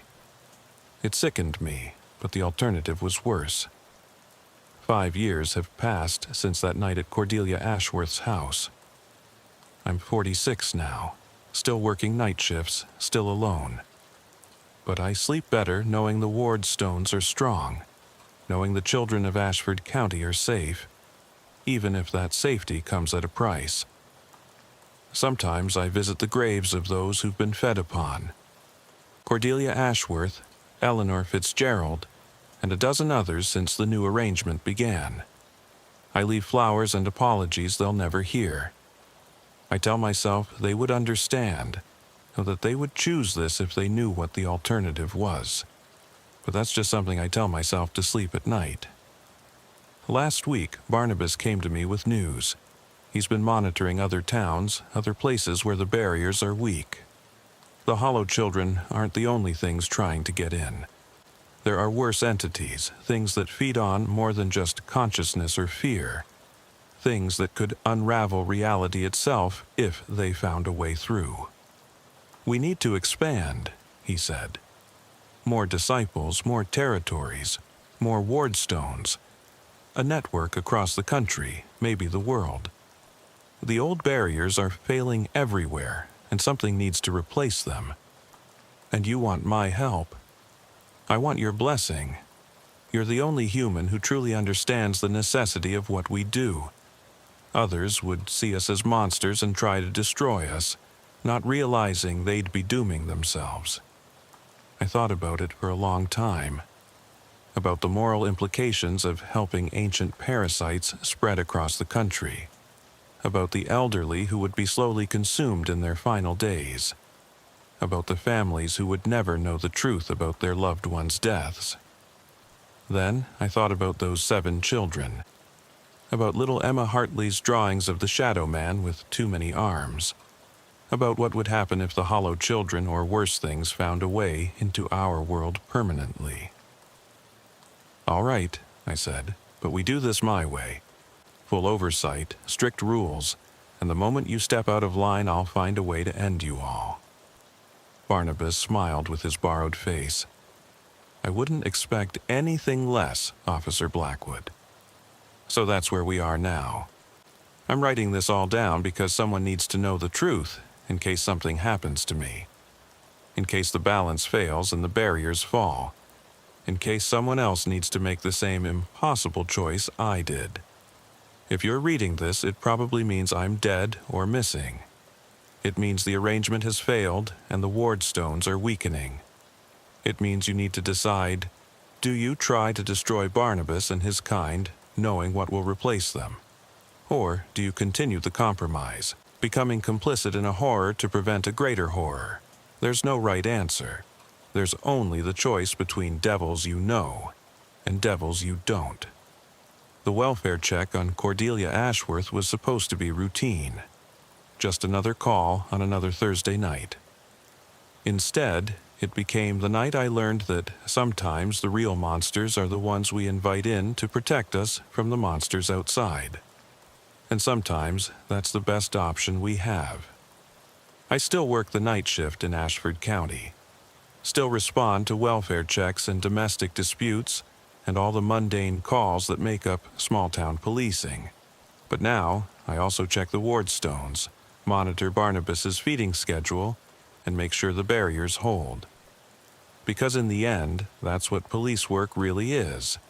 Maintaining the balance between order and chaos, between safety and freedom, between the devils we know and the ones we don't. Even if it means becoming a devil yourself. Officer Archibald Grimsby here. 22 years I've worn this badge for the Millbrook Township Police Department in rural Pennsylvania, and I thought I'd seen every kind of strange call that could come through dispatch on a night shift.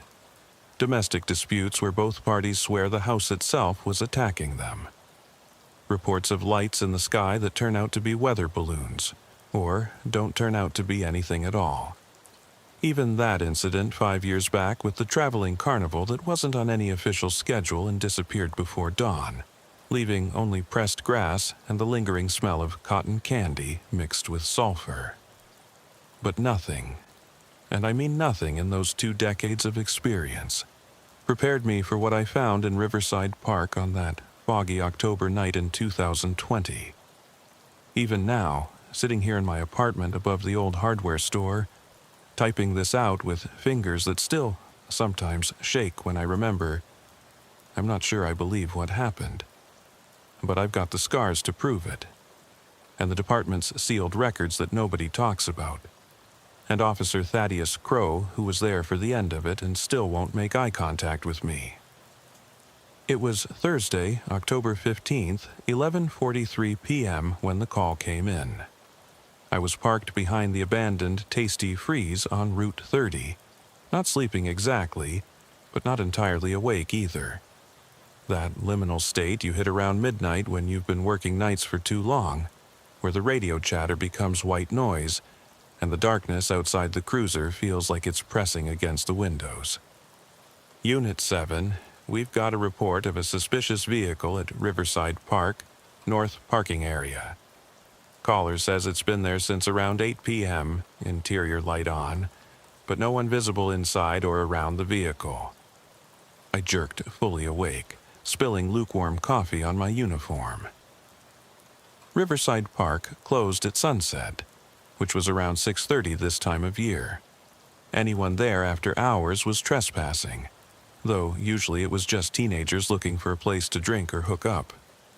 Unit 7 responding, I said, starting the cruiser and pulling onto the empty highway. Description of the vehicle? Black sedan. Caller couldn't give make or model. Says there's something wrong about it, but wouldn't elaborate. Something wrong about it.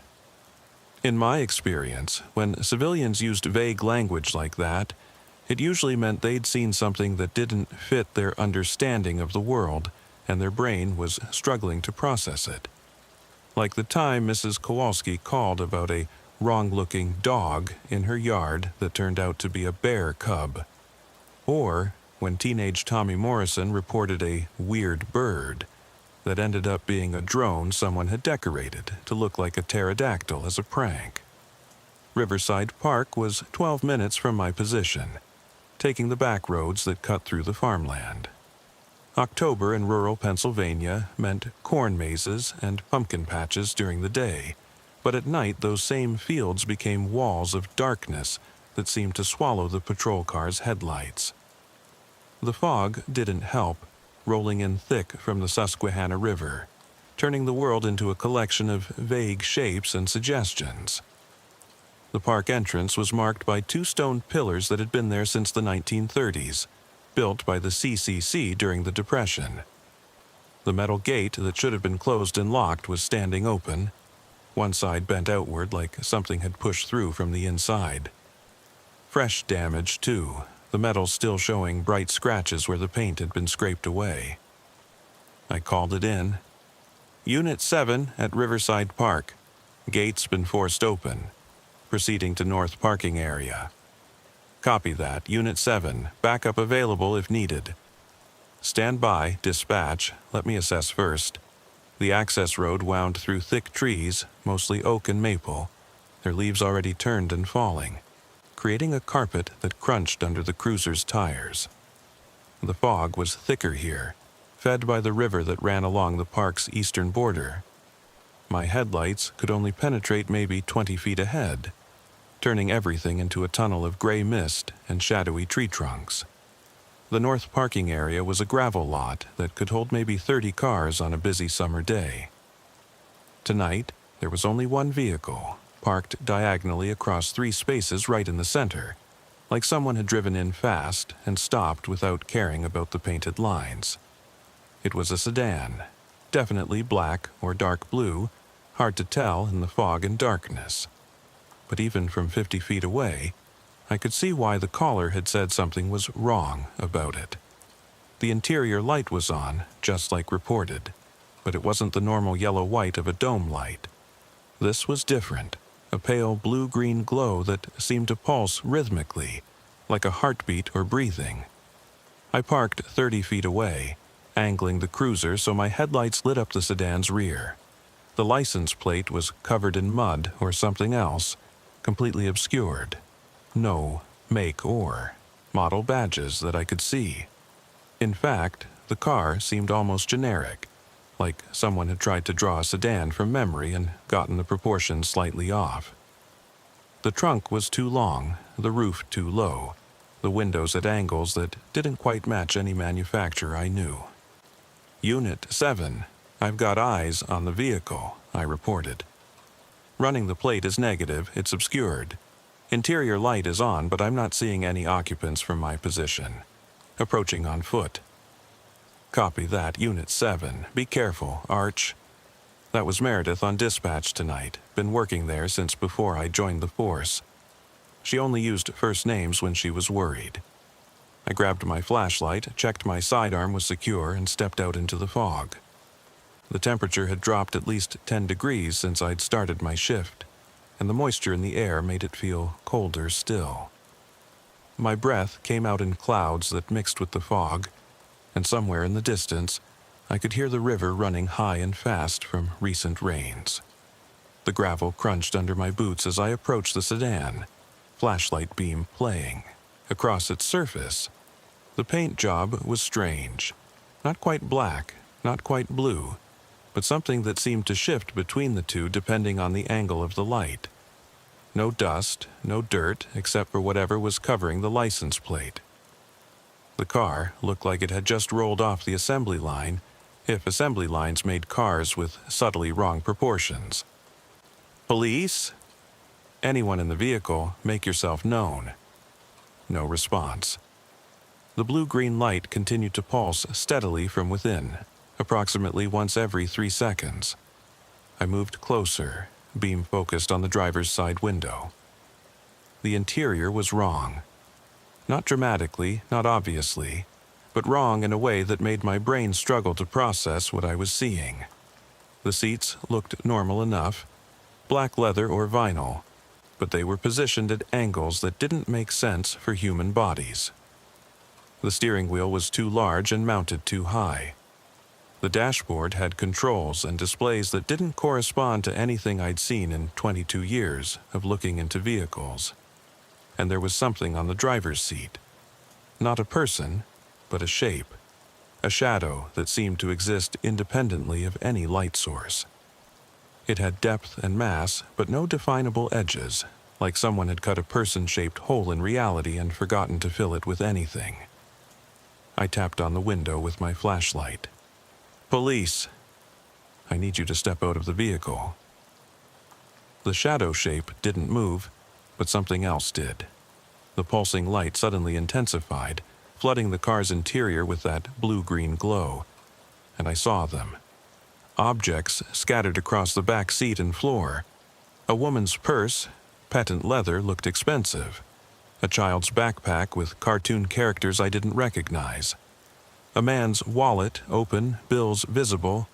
A wedding ring, a pair of glasses. A shoe, just one, a red high heel that looked brand new. Personal effects. At least a dozen different people's belongings scattered around like trophies or discarded remnants. My hand moved to my radio, but before I could call it in, the driver's door opened. It opened wrong.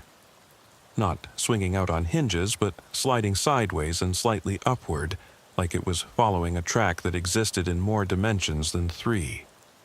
The shadow shape flowed out, maintaining its vaguely human outline, but moving like liquid smoke.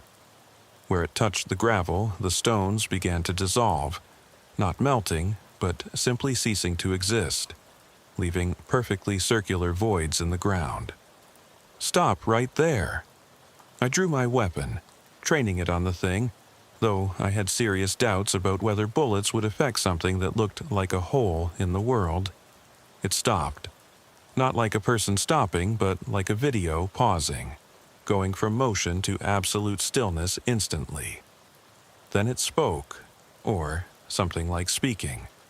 The words didn't come from any visible mouth, but seemed to form directly in my head, bypassing my ears entirely.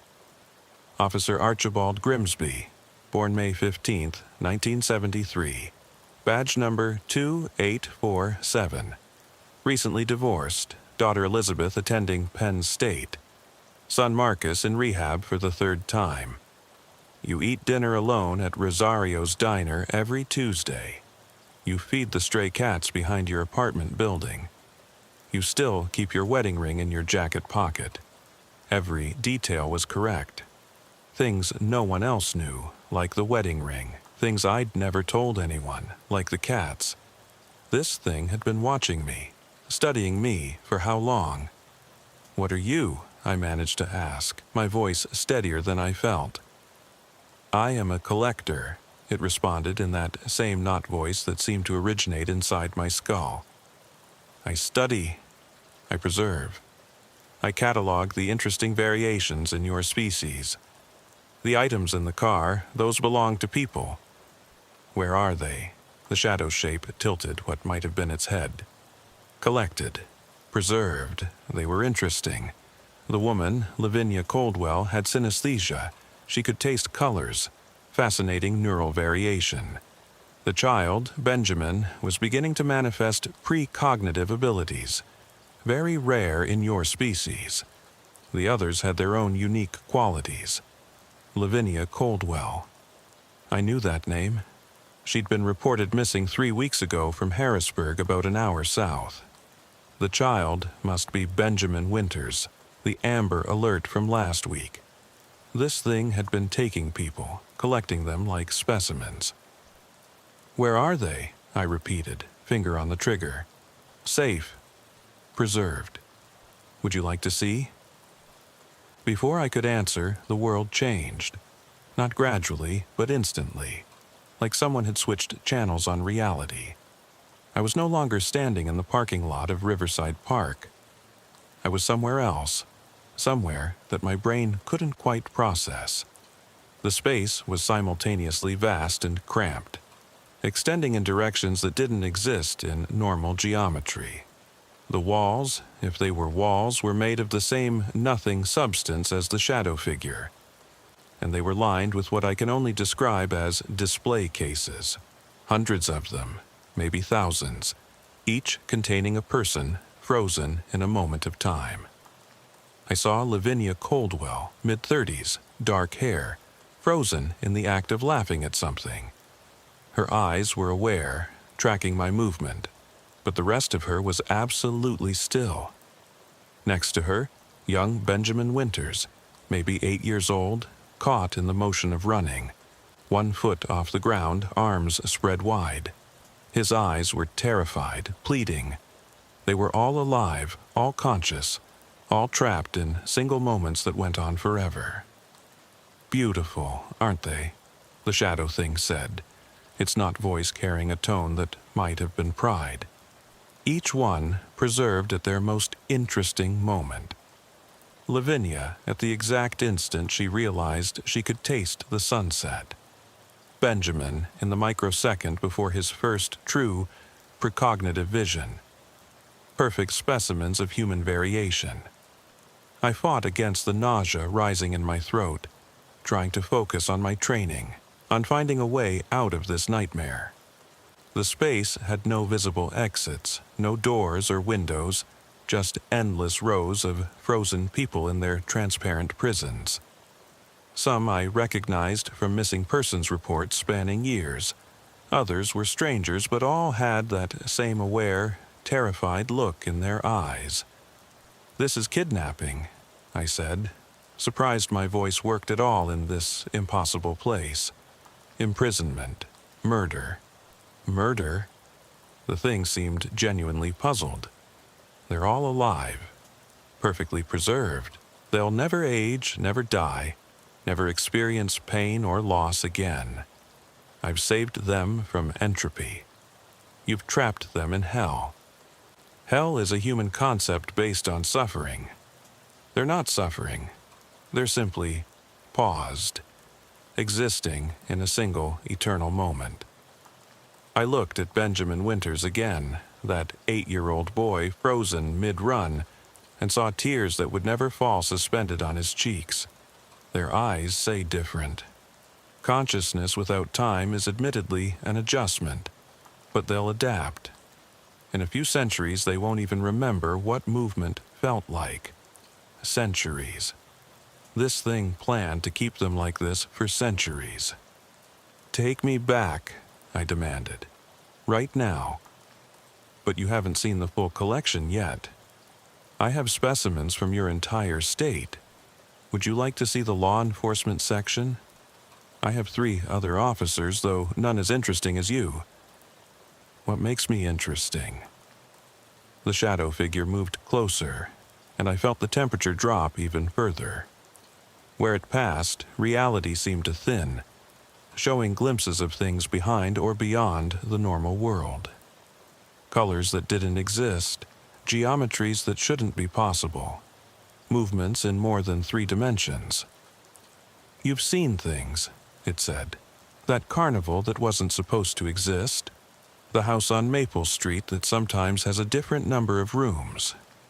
The woman who walks her dog in Memorial Cemetery every night, even though she died in 1987. You see these things, acknowledge them, file them away, and keep functioning. Most humans break when faced with evidence that their reality isn't as solid as they believe. You just adapt. It was right. I had seen things. Things that didn't make it into official reports. Things that other officers pretended didn't happen. Millbrook Township had always been strange, sitting on some kind of confluence of weirdness that nobody talked about but everyone knew was there. That's why I've been watching you, Officer Grimsby. You're a rare specimen, someone who can perceive beyond the veil without losing sanity. I've been waiting for the right moment to collect you. And that moment is now? Oh no, not yet. You're not at your most interesting point. That will come later, when you have to make an impossible choice. But I wanted to meet you first to see if you were worth waiting for. The space around us shifted, and suddenly we were back in the parking lot at Riverside Park. The transition was so abrupt that I stumbled, my flashlight beam swinging wildly. The sedan was still there, still glowing with that blue-green light, but now the passenger door was open too, and someone was getting out. Not another shadow thing, but a woman. Human, or at least human-looking. She was tall, maybe 6 feet, with ash-blonde hair that fell to her waist, and eyes that were the same blue-green as the car's interior light. She wore a black dress that seemed to be cut from the same nothing material as the shadow creature. And when she moved, she left brief after-images, like she existed a few milliseconds out of sync with normal time. This is Lavinia, the shadow thing said. Not the Lavinia Coldwell from my collection, but my Lavinia, my partner in this endeavor. Hello, Officer Grimsby, Lavinia said, and her voice was perfectly normal, which somehow made everything worse. She had a slight southern accent, genteel and old-fashioned. I apologize for my companion's abruptness. He gets excited about new specimens and forgets his manners. You're human? She laughed, a sound like wind chimes made of glass. I was. About 300 years ago. Now I'm something else. Something better. I help him understand humanity, help him choose which specimens are worth preserving. You help him kidnap people. I help him save them from the mundanity of normal existence. Do you have any idea how boring most human lives are? Work, eat, sleep, reproduce, die. The ones we take are special. They have gifts, variations, qualities that make them worth preserving. And what gives you the right to make that choice? The same thing that gives your species the right to put animals in zoos, butterflies in display cases, flowers in herbariums. We're simply more advanced, with a better understanding of what's worth preserving. I heard sirens in the distance. Someone else must have called in about the sedan, or maybe dispatch had sent backup when I didn't check in. The Shadow Thing and Lavinia heard them too. "We should go," Lavinia said to her companion. "The others will complicate things." "Not yet," the Shadow Thing replied. "I want to give Officer Grimsby something to think about." It moved toward me again, and this time I did pull the trigger. 3 shots center mass, or where center mass would be on a normal person. The bullets passed through it without effect, disappearing into whatever void it was made of. It didn't even slow down. "I'm going to make you an offer," it said, stopping just inches from me. This close, I could see through it to the other side, but what I saw wasn't the parking lot. It was that impossible space again, the collection, hundreds of frozen people in their eternal moments. Join us. Become like Lavinia. Help us choose who to preserve. In exchange, we'll release the children, all of them, Benjamin and the 6 others under the age of 16. There are 7 children in your collection? 7 so far. They're harder to find with truly interesting variations, but when we do find them, they're spectacular. Little minds that see the world in ways adults have forgotten. But I understand your species has a particular attachment to its young. So I'm willing to trade. 7 children for 1 officer, Archibald Grimsby. The sirens were getting closer. I could see red and blue lights flashing through the fog and trees. In maybe 2 minutes, other officers would arrive, and this situation would explode into something that couldn't be contained or explained. "I need proof," I said. "Proof that you'll actually release them." Lavinia walked over to the sedan and reached into the back seat, pulling out a tablet device that looked normal, except for the way it bent light around its edges. She showed me the screen, which displayed multiple video feeds of children in various locations. Benjamin Winters was standing in his own backyard, looking confused, but very much alive and mobile. A teenage girl I recognized from a missing poster was sitting in a McDonald's, crying but free. 5 other children, all reported missing over the past 2 years, all suddenly back in the world. "We've released them temporarily," Lavinia explained. "If you agree to our terms, the release becomes permanent. If you refuse or try to trick us, they go back into the collection, and we take 7 more to replace them. You're monsters." "We're collectors," the Shadow Thing corrected, "and we're offering you a chance to save 7 young lives. That's more than most officers manage in their entire careers." The first patrol car came screaming into the parking lot. Officer Thaddeus Crow behind the wheel. Young guy, only been on the force for 2 years, still eager and by the book.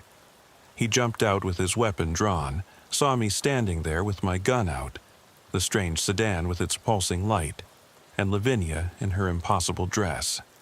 "Arch, what's the situation?" "Stand down, Thaddeus," I called back, not taking my eyes off the Shadow Thing. "Just stand down and let me handle this." But Thaddeus was already moving forward, flashlight in one hand, weapon in the other. "Ma'am, I need you to step away from the vehicle. Sir, I need you to—" "What the hell?" He'd seen the Shadow Thing. His flashlight beam was passing right through it, illuminating nothing but void. "Interesting," the Shadow Thing said, turning its attention to Thaddeus. "Another one who can see. Rarer than I thought in such a small town. Arch, what is that thing?" Thaddeus's voice had gone up an octave, fear breaking through his training. "It doesn't matter," I said quickly. Thaddeus, get back in your car and leave now. I can't do that. Protocol says... Forget protocol, I snapped. This is beyond protocol. This is beyond anything the department has procedures for. Get in your car and leave, or things are going to get worse. But it was too late. More sirens were approaching. The entire night shift was probably heading this way. In minutes, we'd have half a dozen officers here, all seeing things that couldn't be explained, all potential new specimens for the collection. We need your answer, Lavinia said calmly. Once the others arrive, the offer changes. We'll take what we need and leave, with or without your cooperation. I thought about Benjamin Winters, 8 years old, frozen mid-run for potentially centuries. About the 6 other children I hadn't even seen, trapped in moments of terror or confusion or whatever else this thing found interesting about them. About my own kids, Elizabeth safe at Penn State, Marcus struggling in rehab but still alive, still free, still able to make choices and mistakes and live their lives. If I agree, I said slowly, what exactly happens to me? You become like me, Lavinia answered. Not immediately, but over time. You'll help us understand humanity better, help us choose specimens more carefully. You'll still be you, just enhanced, able to see and experience things beyond normal human perception. For how long? Forever, potentially, or until you bore us. I've been with him for 3 centuries and haven't bored him yet. 3 more patrol cars pulled into the lot, officers spilling out with weapons drawn. I recognized all of them. Patterson, Dabrowski, Clinton, Martinez. Good cops, all of them, with families and lives and no idea what they were walking into. Everybody stand down, I shouted. This is my scene. But they were already spreading out, trying to establish a perimeter, following their training. Patterson was calling for additional backup. Clinton was approaching the sedan with his weapon drawn. Martinez was trying to get a clear line of sight on the shadow thing. Time's up, the shadow thing said. What's your answer? I looked at my fellow officers, men and women I'd worked with for years, who were about to encounter something that would shatter their understanding of the world. I thought about the 7 children, probably already being pulled back to that impossible space because I'd hesitated too long. I thought about my ex-wife telling me I never knew when to stop trying to save everyone.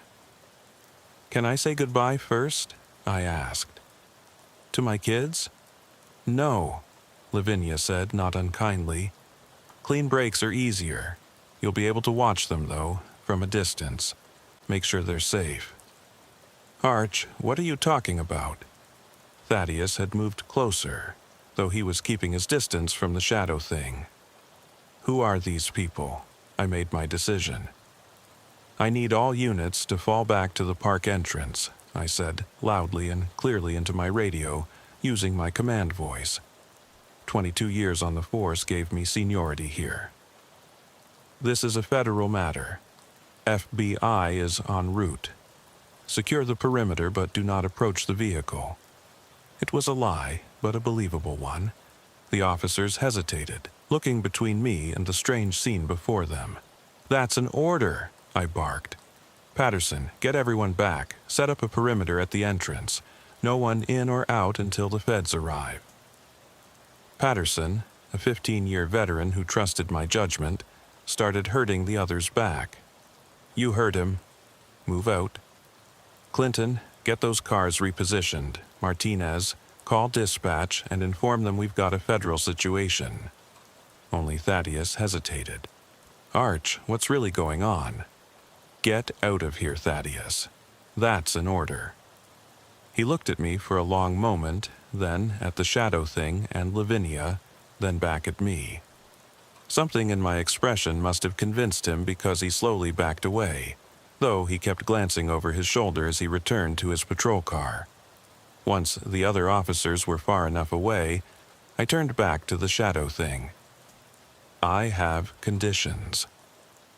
"You're hardly in a position to negotiate," it said.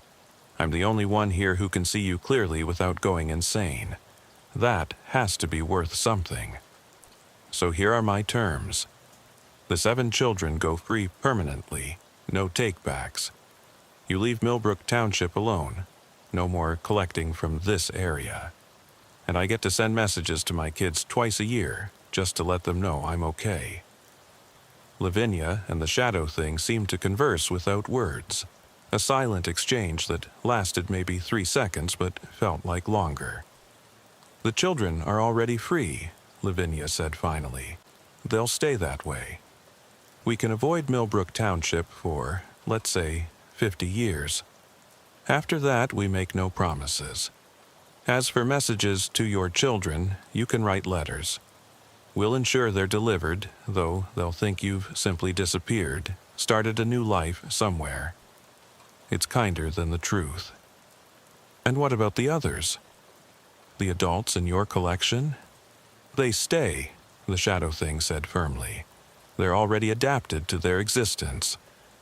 Releasing them now would be cruel. They wouldn't know how to exist in linear time anymore." I wanted to argue, but I could see in Lavinia's eyes that this was non-negotiable. 7 children free was better than none, and maybe, if I went with them, I could find a way to help the others eventually. "One more thing," I said. "Officer Crow, Thaddeus. He saw you. He's going to have questions. Can you make him forget?" "We don't alter memories," Lavinia said. "It's messy and usually causes more problems than it solves. But we can give him something else to remember. A more plausible explanation that his mind will prefer to the truth. Do it." The shadow thing moved toward where Thaddeus sat in his patrol car, passing through the metal and glass like they weren't there. I saw Thaddeus stiffen, his eyes going wide, then relaxing as the shadow thing did something to his perception of the evening's events. When it returned, Thaddeus was slumped in his seat, unconscious but breathing. "He'll wake in a few minutes," the shadow thing said.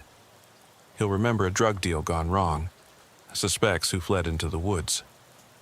Nothing supernatural, nothing that will haunt him." "Thank you." "Are you ready?" Lavinia asked, extending her hand to me. I looked back at the other patrol cars, their red and blue lights painting the fog in surreal colors. My fellow officers maintaining a perimeter for federal agents who would never come. My life, such as it was, waiting for me to return to it. The divorce papers still sitting on my kitchen table, the empty apartment, the photos of my kids that I looked at every night before bed. Will it hurt? The transformation? Yes, Lavinia said honestly. It's like being pulled apart and reassembled at a molecular level. But it's quick, and afterward you'll understand so much more, see so much more. The universe is far stranger and more wonderful than humans can imagine. I took off my badge and set it on the hood of my patrol car, then my service weapon, laying it carefully beside the badge. My radio, my cuffs, all the tools of a life I was about to leave behind. I pulled my wedding ring from my pocket, the one I still carried despite the divorce being final for 2 years, and left it with the rest. My replacement will find these, I said. They'll know I made a choice. Are you sure? Lavinia asked one final time. I thought about Benjamin Winters, probably at home now, confused and scared but free. 6 other children returned to their families with a story no one would believe, but alive to grow up and live their lives. It wasn't a perfect solution, but it was the best I could manage. I'm sure. I took Lavinia's hand. Her skin was cold, not like death, but like the space between stars. The moment our hands touched, I felt the change begin. It started as a tingling, like an electric current running up my arm, then exploded through my entire body. She was right about the pain. It was excruciating, every cell seeming to come apart and reform into something else. But through the pain, I saw things. the real shape of the shadow thing, which wasn't a shadow at all but a being of such complex geometry that human eyes could only perceive it as an absence. The true nature of the sedan, which wasn't a car but a fold in space-time. A pocket dimension shaped vaguely like a vehicle because that's what our minds expected to see. And Lavinia herself, no longer quite human but not monster either, something in between, transformed by centuries of existing outside normal reality. The parking lot fell away, or maybe I fell away from it. The last thing I saw with human eyes was Patterson approaching my abandoned patrol car, finding my badge and gun, calling out my name with growing concern. Then my vision shifted, and I could see in spectrums that didn't have names, in directions that didn't exist in three-dimensional space. We were in the collection space again, but now I understood its geometry. It wasn't a room or a building, but a bubble outside normal space-time, connected to our reality by threads thinner than thought. The frozen people weren't actually frozen. They were experiencing time at a different rate, 1 second for them equaling years in normal time. From their perspective, they were barely beginning to blink or breathe or take a step, while outside their prisons the world spun on without them. "Welcome," the shadow thing said, and now I could hear its true voice. Not the approximation it had forced into my human brain, but something like music made of mathematics. "You're the 43rd human to make this choice over the millennia. Most don't last long, a century or two before they ask to be released. But some, like Lavinia, find purpose in the collecting." Purpose? My own voice sounded different, harmonics I'd never had before. "Preservation," Lavinia explained. "Earth won't last forever. Humanity won't last forever. But the collection will. When your sun burns out, when your species evolves beyond recognition or destroys itself, these specimens will remain. A perfect record of what humanity was at various points in its development." "A museum," I said, understanding.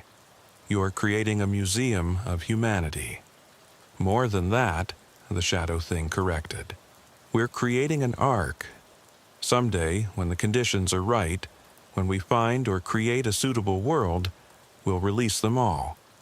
Give humanity a second chance, but only the interesting ones, the special ones, the ones worth preserving." It was insane. It was monstrous. It was also, in a twisted way, almost noble. They weren't just collecting for the sake of collecting. They thought they were saving us from ourselves. "I want to see the children," I said, "the ones you freed. I need to know they're really safe." Lavinia gestured, and suddenly I could see through space itself. 7 windows into 7 different locations. Benjamin Winters being hugged by his sobbing mother. A teenage girl named Amanda Chen, not related to any Webb or Sarah, just a common surname, sitting in a police station, trying to explain where she'd been for the last 2 years. 5 other reunions, all tearful, all confused, but all real. "They won't remember the collection clearly," Lavinia explained. "Their minds will create false memories to fill the gaps. Kidnapping by normal humans, being lost in the woods. Anything more plausible than the truth, it's a kindness." "And my kids? Can I see them?" Another gesture, 2 more windows. Elizabeth in her dorm room at Penn State, studying for an exam, occasionally glancing at her phone as news of my disappearance presumably spread through the department. Marcus in his rehab facility, in group therapy, looking healthier than he had in years. Both safe, both free. Both thinking their father had abandoned them, but that was better than the truth. "You can watch them whenever you want," Lavinia said gently. "It helps, being able to see that they're okay." The shadow thing moved what might have been its head. "Now, we should leave this area. Your fellow officers will search for you, and it's better if they find nothing. No closure is painful, but it's better than finding something that breaks their understanding of reality. Where do we go? Everywhere, it said. We have collection sites across your planet and others. You'll help us understand which humans are worth preserving. Help us collect them humanely. In time, you might even convince us to change our methods, to be less traumatic for the specimens. And if I refuse to help? If I try to sabotage your collecting? Then we'll release you back into your normal reality, Lavinia said. But you won't be human anymore. You'll be something in between, unable to fully exist in either world. Most who try that go insane within days. It's why we ask for willing participation.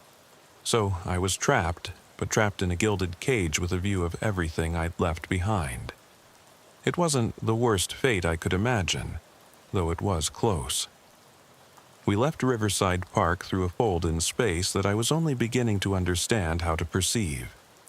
Behind us, the investigation into my disappearance was beginning in earnest. They'd find my badge, my gun, my wedding ring. They'd find my patrol car with no signs of struggle. They'd search the woods for days, drag the river, interview everyone who'd known me. Eventually, they'd declare me missing, presumed dead or disappeared by choice. My ex-wife would tell people she wasn't surprised, that I'd always been running from something. My kids would grieve and move on. The department would put up a small memorial plaque, and life would continue.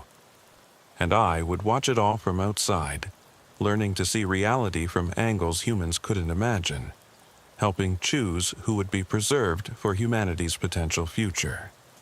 It wasn't the life I'd chosen when I put on the badge 22 years ago, but it was the choice I'd made to save 7 children. In my first weeks as whatever to call what I'd become, Lavinia taught me how to navigate the spaces between spaces. The universe, I learned, was not one single reality, but infinite layers of overlapping possibilities, and we existed in the gaps between them. The shadow thing, whose actual name was a concept that translated roughly to preserver of variations, had been collecting specimens from various realities for eons, not just humans, but thousands of species, each stored in their own specialized environments.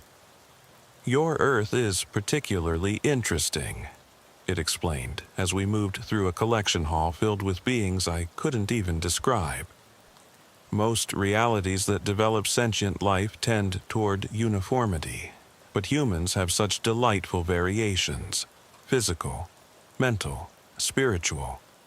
Even your mundane specimens would be treasures in other realities. Then why not just observe? Why take them? Observation changes nothing. Preservation ensures continuity. Your species has a saying, history is written by the victors. We ensure that history includes everyone, not just those who survive whatever catastrophes await your world. Your species has a saying, history is written by the victors. We ensure that history includes everyone, not just those who survive, whatever catastrophes await your world. 3 months into my new existence, I witnessed my first new collection. We had traveled to a city I won't name, following what the preserver called probability threads, invisible currents that indicated where interesting variations might appear. Lavinia and I materialized in an alley behind a hospital at 3 a.m. Our forms shifted just enough to appear human to any security cameras, though, when I looked at my hands, I could see through them to the geometric patterns that now made up my true form. There, Lavinia pointed to a third-floor window. Room 314. A child born with complete cellular regeneration abilities. She heals from any injury within seconds. Her parents think it's a miracle. The government will think it's a weapon. Either way, her life will never be her own. She's a newborn, I protested, feeling something twist in what used to be my stomach.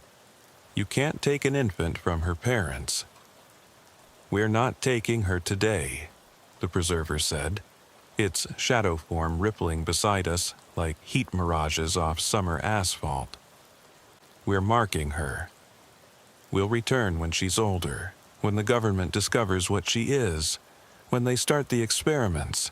Then we'll offer her a choice, just as we offered you one. How many are you marking at any given time? Thousands, Lavinia answered, her voice carrying harmonics that human ears couldn't detect. Most will never be collected. They'll live normal lives, their variations never discovered or significant enough to preserve. But we watch, we wait, and when the moment is right, when they're at their most interesting or most threatened, we act. I thought about all the missing persons cases I'd investigated over the years. The patterns I'd never noticed before. Clusters of disappearances around military bases where they might have been doing experiments. Artists who vanished just as they were creating their masterworks. Scientists on the verge of breakthroughs that would have changed everything. Show me the oldest human in your collection, I said suddenly. They exchanged one of their wordless communications, vibrations and dimensions I was only beginning to perceive. Then the preserver gestured, opening another window in space. The tier in reality started as a pinpoint and expanded into an oval roughly the size of a door, its edges crackling with colors that didn't exist in normal human vision. Through it, I found myself looking at a man in Elizabethan dress, frozen mid-laugh at what appeared to be a tavern. His doublet was rich purple velvet, his beard precisely trimmed in the fashion of the era. Around him, other patrons were caught in various poses of merriment, but they were blurred, unimportant. Only he was in perfect focus. William Hartley collected in 1593, the preserver explained. He could compose symphonies in his mind and play them perfectly without ever touching an instrument. A variation in his temporal lobe that allowed perfect audio imagination and recall. He's been in the collection for over 400 years. Is he still aware? In his own way. Time passes so slowly for him that he's experienced perhaps 5 minutes of subjective time since his collection. To him, he's still in that tavern, still laughing at a joke his friend just told. He won't even realize anything's wrong for another century or two, subjectively speaking. It was horrible and merciful simultaneously.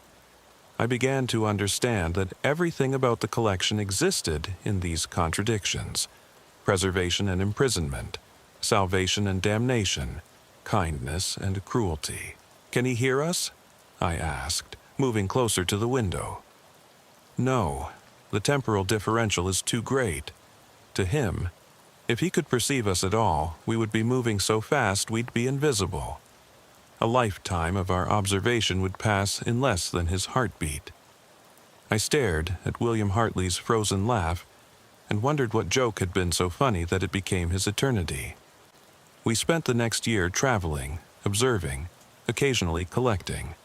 I learned to spot the variations the preserver found interesting. They weren't always obvious. A woman in Tokyo whose dreams predicted stock market changes with 73% accuracy.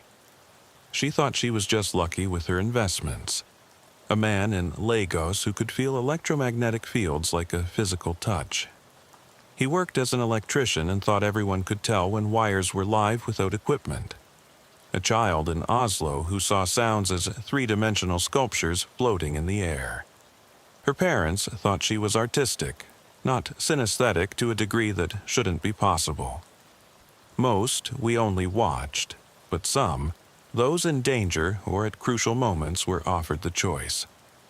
The first collection I participated in was a teenager in Detroit named Jerome Wallace. 16 years old, brilliant, and cursed with the ability to see 37 seconds into the future. Not far enough to be truly useful, just far. Enough to live in constant déjà vu, to never be surprised, to watch every conversation happen twice. He was on the roof of his apartment building when we found him, standing at the edge, tears streaming down his face. "I've already seen this," he said without turning around. "All of it. You appearing. The woman with the strange eyes. The shadow that isn't really a shadow. The offer you're about to make. I saw it 37 seconds ago, and 37 seconds before that, and 37 seconds before that. My whole life is echoes of echoes." "Then you know what we're offering," Lavinia said gently. "Preservation. A single moment stretched forever. No more futures to see because time stops moving." He turned to face us, and I saw exhaustion that no 16-year-old should carry. "Do you know what it's like to never be present? To always be living half a minute ahead of everyone else?"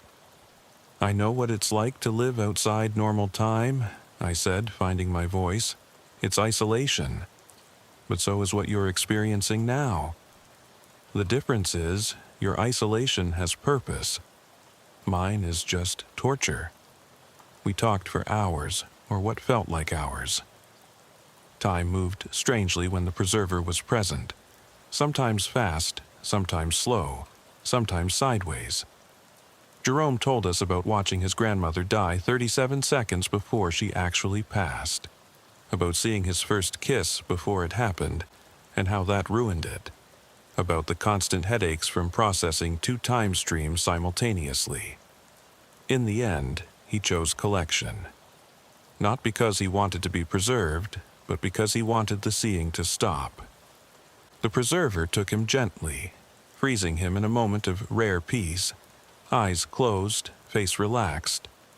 He was specimen number 7,893 in the North American collection. I started keeping my own records after that. Names and dates and locations of everyone we collected during my time with them.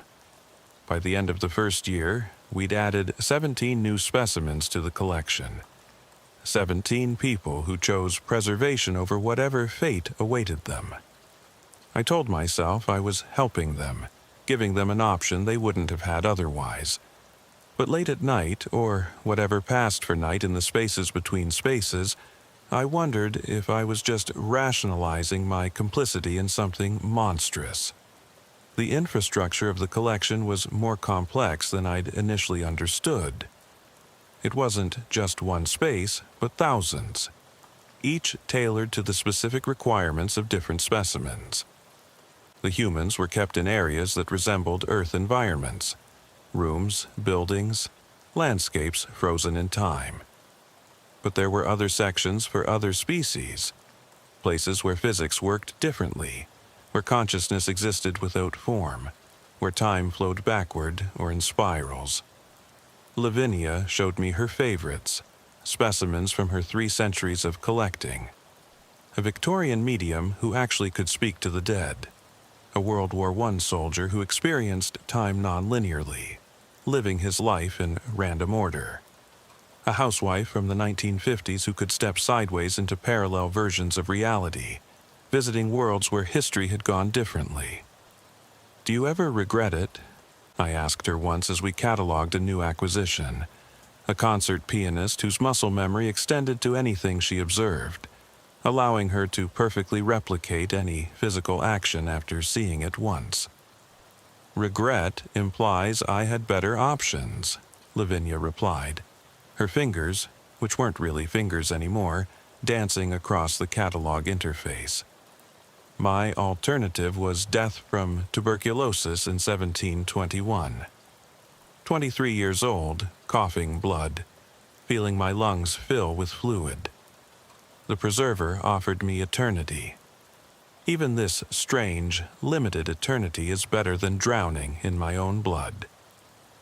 But the people you've helped collect were all given the same choice, preservation or their fate. We don't take anyone against their will, Archibald. That's the one rule that's never broken. What about the ones who can't choose? The ones who are dying, unconscious?" She was quiet for a moment. "Those we preserve in hope. Hope that someday, when technology or medicine advances enough, they can be returned and healed. It's not perfect, but it's better than letting them die when preservation might mean future life. I wanted to argue, but I'd seen enough of the collection to know that simple moral judgments didn't apply here. The preserver operated on a timescale where human lifespans were eye blinks. From its perspective, it was creating an eternal archive of interesting variations in consciousness. From our perspective, it was kidnapping and imprisonment. Both were true simultaneously. The letters to my children were the hardest part. Twice a year, as agreed, I wrote to Elizabeth and Marcus. Simple messages on paper that appeared aged and traveled, though I wrote them in the sterile non-space of the collection. I'm okay. I love you. I'm sorry I had to. Leave the work I'm doing is important, but I can't explain it. Please don't look for me. They were delivered through mundane means, postmarked from different cities around the world: Prague, Cairo, Melbourne, Sao Paulo. Elizabeth hired a private investigator to track me down, but of course found nothing. The letters appeared in postal systems with no record of being mailed, bearing stamps that were real but somehow never caught on security cameras being purchased or applied. Marcus wrote back once, his handwriting shaky, probably writing between therapy sessions at the rehab center. Dad, I don't understand why you left, but I need you to know I'm getting better. 47 days clean. They say I should be angry at you for abandoning us, but mostly I'm just sad. I keep thinking about that night you drove me to rehab the second time, how you said you'd always be there. I guess always doesn't mean what I thought it did, but I'm staying clean this time. If you can't be here for me, I'll be here for myself. Cormac. I read that letter 1,000 times, each word a justified wound. In the collection's temporal framework, I could literally read it 1,000 times simultaneously, experiencing the pain fresh each time while also feeling it dull through repetition. It was during my second year that everything changed. We were in Mumbai, tracking a teenager named Ravi Patel, who could calculate probability outcomes with perfect accuracy. Not predictions exactly, but an ability to see all possible futures spreading from any decision point and calculate their likelihood down to infinite decimal places. The preserver called him a living quantum computer, though that didn't quite capture the elegant tragedy of his gift. Imagine seeing every possible outcome of every choice, knowing exactly what percentage chance you had of happiness, success, love, loss, death. We materialized in his family's apartment at 2 a.m., our forms shifted to be invisible to the sleeping parents and younger siblings. But Ravi was awake, sitting at his desk, surrounded by thousands of pieces of paper covered in probability calculations. I knew you were coming, he said without looking up. 97.3% probability of arrival tonight, 2.1% tomorrow, 0.6% probability you'd already taken me, and this is a false memory. But when we entered his room fully, someone else was already there. She stood in the corner like she'd always been there, though I knew she hadn't been visible moments before. She looked human, middle-aged, wearing a simple gray suit that seemed to exist in more dimensions than it should. Her hair was silver, pulled back in a style that belonged to no particular era, and her eyes were the color of the space between stars. "Hello, Preserver," she said, her voice hitting frequencies that made reality ripple like water. "Still playing with your toys, I see." The Preserver's form solidified more than I'd ever seen it, taking on an almost human shape, though one made of living shadow and geometric impossibilities. "Auditor, this sector is mine by right of first claim. Your claim expired 73 years ago by universal standard. You've been poaching." Lavinia stepped forward, her own form shifting to something more defensive, more dangerous. "We have treaties with the High Collectors. Sector 7749B is designated for preservation studies. Had treaties, the auditor corrected. Past tense. The high collectors were dissolved 16 years ago. You've been operating without authority, without oversight, without consent protocols. New management, new rules. Your little museum project is being shut down. You can't, I said, finding my voice despite the crushing pressure of the auditor's presence. There are thousands of people in stasis. If you shut down the collection... She turned to look at me, and I felt her gaze pierce through every layer of my transformed existence. Ah, a recent convert, how quaint. Officer Archibald Grimsby, taken October 15th, 2020. You sacrificed your humanity to save 7 children. Noble, if misguided. Tell me, officer, do you really think you're saving these people? Or are you just playing God with lives you have no right to control? We preserve unique variations, the preserver insisted, its form fluctuating with what I'd learned to recognize as agitation. When the thermal death comes, when entropy claims everything, the collection will remain. We're creating an arc for consciousness itself. The universe will end regardless, the auditor said, walking through Ravi's probability calculations without disturbing a single paper. Your collection won't prevent that. It might survive it, yes. But what then? An eternal museum with no visitors? Consciousness preserved, but never again experienced. You're just postponing the inevitable while stealing people's right to live their finite lives. She moved to where Ravi sat, still calculating, seemingly oblivious to our presence or choosing to ignore it. This boy, for instance? Yes, he can calculate probabilities. Do you know what he's calculating right now? The exact probability of his mother surviving her cancer diagnosis. 23.7% with current treatment, 31.2% with experimental therapy, 0.003% miraculous remission. He knows exactly how likely he is to lose her, down to the decimal point. And you want to preserve him in this moment of anguished calculation forever? He would be preserved at a moment of his choosing, Lavinia argued. Not this one. Ah, yes, the moment of choosing. Tell me, when someone is drowning, is choosing the life preserver really a choice? Or is it just survival instinct? You target people at their most vulnerable and offer them escape. That's not consent, it's exploitation. The auditor turned to me again. You have a unique perspective, officer. Fresh enough to remember humanity, but transformed enough to understand the collection. What do you think? Are you saving people or imprisoning them? I thought about Jerome Wallace, frozen in his moment of peace. About William Hartley, still laughing at a 400-year-old joke. About the 7 children I'd saved by taking their place. The answer wasn't simple, couldn't be simple. Both, I said finally. We're doing both. Saving some who would suffer worse fates, imprisoning others who might have found their own solutions. The collection is complicated.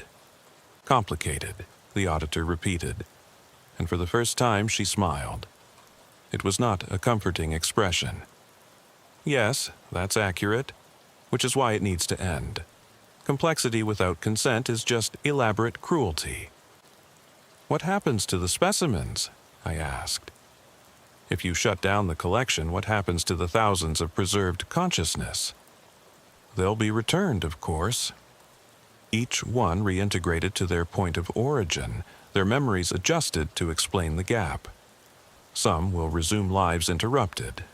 Others will face the deaths they were preserved to avoid. But all will have the chance to complete their natural existence. That's murder, the preserver said, its form expanding, becoming more threatening, returning terminal patients to their dying moments, sending people back to accidents, disasters, executions they were saved from. You're not freeing them, you're killing them. I'm returning them to their chosen timelines, the auditor replied calmly. Death is part of life. You've been interrupting the natural order, creating paradoxes and anomalies across multiple time streams. Do you have any idea how much energy it takes to maintain temporal consistency when you keep removing people from their proper moments? She gestured, and suddenly I could see it. The vast web of temporal corrections required to explain every disappearance. The reality patches covering the holes where collected people should have been. The increasing instability in the timeline itself. Every collection creates ripples, she explained. Small at first, but they compound. In approximately 127 years, if you continue at current rates, the temporal framework of this reality will collapse entirely. Is your museum worth the destruction of an entire timeline? The preserver was silent for a long moment, processing this information at speeds I couldn't follow. Finally, it spoke. We could reduce our collection rate. Take fewer specimens. Or, the auditor said, you could relocate to reality 9947X, where beings volunteer for preservation, where it's considered an honor to be collected. No coercion, no exploitation, just genuine consent. And the current collection will be dissolved and returned. As I said, it's not negotiable. She turned to me and Lavinia. You two have a choice. You can be returned to your human forms at the moment of your transformation, with memories intact or removed as you prefer. Or you can assist in the reintegration process. It's a complex undertaking. Thousands of specimens across multiple realities, all needing careful temporal insertion. We could use beings who understand both human psychology and collection mechanics. Lavinia's hand found mine, a gesture that was more energy transfer than physical touch. I can't go back, she whispered. 300 years. Everyone I knew is dust. My entire world is gone. But helping others return home? That has meaning. The preserver made a sound I'd never heard from it before, something like a sigh expressed in gravitational waves. I suppose it was inevitable. Nothing lasts forever, not even preservation itself. Very well, I'll relocate to 9947X, but I want assurances that the reintegration will be done carefully. Some of these specimens have been preserved for centuries. The shock of returning could destroy their minds. Which is why we need assistants who understand human psychology, the auditor said, looking at me. Your decision, Officer Grimsby? I thought about those frozen faces in the collection, aware and trapped for decades or centuries. About the families who never knew what happened to their loved ones.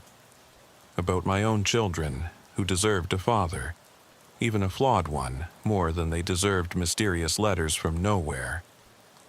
I want to go home, I said. But first, I want to help return the others.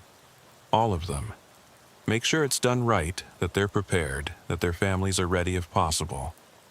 The auditor smiled again, and this time it was slightly less terrifying. Good answer. The work will take approximately 6 months subjective time, though only seconds will pass in your reality. Are you prepared for that? I nodded, and reality folded. The dissolution of the collection was the most complex thing I'd ever been part of. Each specimen had to be carefully extracted from their temporal bubble, their consciousness slowly readjusted to linear time, their memories edited to explain their absence in ways their minds could accept. Some had been preserved for so long that their original timelines no longer existed, requiring us to find compatible alternate realities where they could be inserted. William Hartley, the Elizabethan musician, was one of the most challenging. After 4 centuries, even at his slowed time rate, he'd begun to notice something was wrong. The laugh had started to feel forced, eternal, wrong. We had to construct an elaborate false memory of a tavern brawl, a head injury, lost time, recovery in a monastery. He was returned to 1593, where he lived another 40 years and composed some of the most beautiful music of his era, though he always had nightmares about being trapped in a single moment forever. Jerome Wallace, the boy who saw 37 seconds into the future, chose something unexpected. Given the option to return to his moment of collection or to have his gift removed, he chose neither. Instead, he asked to be returned to a reality where his ability was known and understood, where there were others like him, where he could learn to control it rather than be controlled by it. The auditor found him a place in reality 3341-D, where temporal perception variations were common, and there were schools specifically for teaching precognitives. The 7 children I'd saved by taking Lavinia's deal were already free, but I watched as the auditor reinforced their return, ensuring no residual effects from their time in collection. Benjamin Winters would grow up normal, happy, with only vague nightmares about being frozen that would fade with time. For each return, I helped craft the cover stories, the false memories, the explanations that would satisfy without breaking minds. A businessman preserved in 1987 believed he'd been in a coma. An artist from 2003 thought she'd had a psychotic break and lost time. A scientist from 1969 was convinced he'd been in a classified government program he couldn't discuss. Not all returns were successful. Some specimens had been preserved at the moment of death and couldn't be returned to life.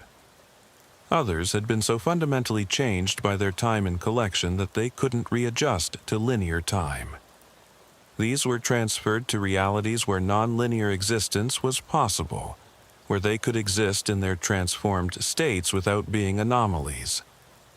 Lavinia worked alongside me, her 3 centuries of experience invaluable in understanding the psychological impacts of long-term preservation.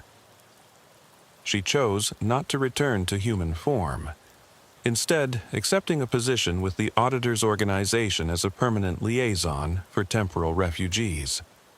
"I've been many things," she told me as we processed the last batch of specimens. "A colonial wife, a collection assistant, and now this. Each transformation has taught me something. Being human was about feeling. Being collected was about observing. This is about helping. I think I prefer helping." The preserver, meanwhile, prepared for its relocation. It showed me its new collection space in Reality 9947-X, where beings made of pure thought volunteered to be preserved, considering it a form of meditation. No coercion, no exploitation, just consciousness choosing to pause itself for contemplation. "It's not the same," it admitted. Voluntary specimens lack the spontaneity, the surprise of discovered variations. But perhaps that's better. Surprise obtained through exploitation is tainted. This will be cleaner. When the last specimen was returned, the collection space began to dissolve. The impossible geometries folded in on themselves, dimensions collapsing like a house of cards in reverse. The preserver departed first, sliding sideways through reality toward its new home. Lavinia hugged me, a strange sensation given our transformed states, and whispered, "Remember us as we were, not as we became." The auditor stood with me as the final collapse began. "You're ready to return?" "Yes. Send me back to the morning after I disappeared. Let me have been missing for one night. My kids need to know I didn't just abandon them." "That can be arranged. You'll wake in the woods near Riverside Park at dawn, with injuries consistent with pursuing suspects and getting lost. Your memories of this experience can be retained or removed." "Retained," I said immediately. Someone needs to remember. Someone needs to know what's out there, what's possible, what choices exist beyond the normal. That will make your life more difficult.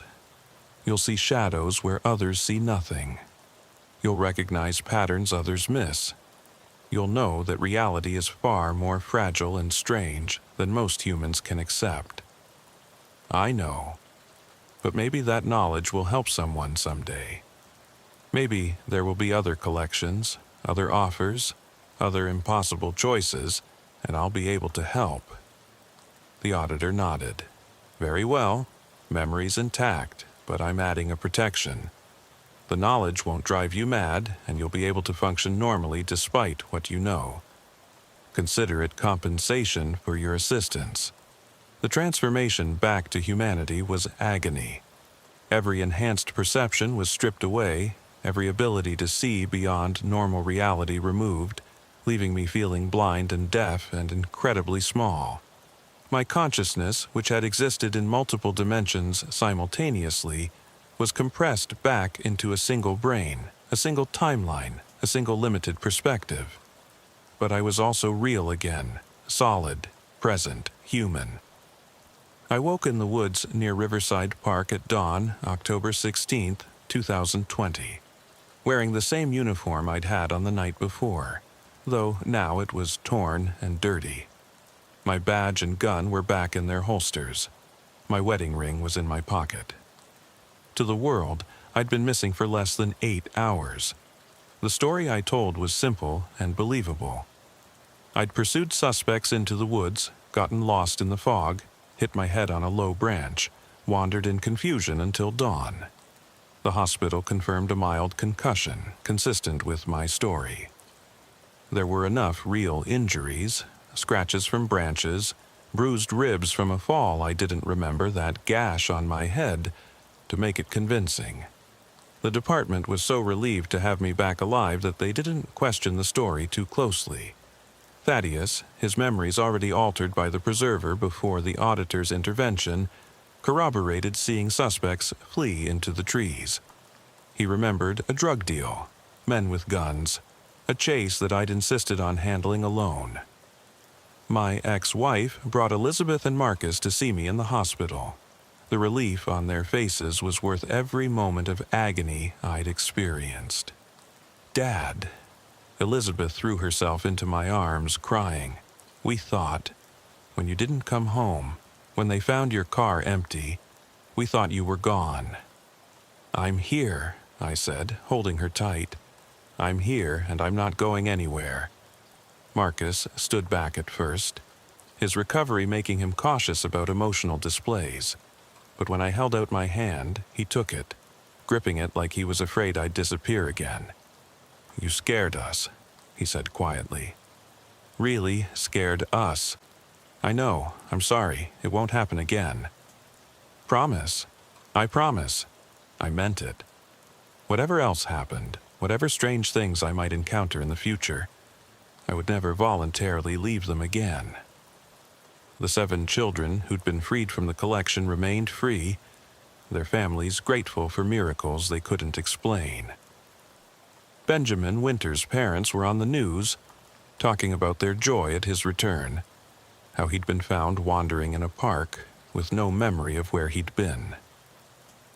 The other 6 had similar stories, gaps in memory explained by trauma, drugs, head injuries, anything but the truth. The department put me on administrative leave for 2 weeks, standard procedure after a traumatic incident. I spent that time with my kids, rebuilding bridges I'd let deteriorate during the divorce. Elizabeth showed me her college applications, her dreams of becoming a teacher.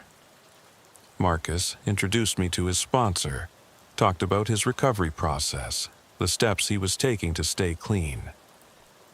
When I returned to work, everything was different yet the same. The night shift still stretched long and quiet.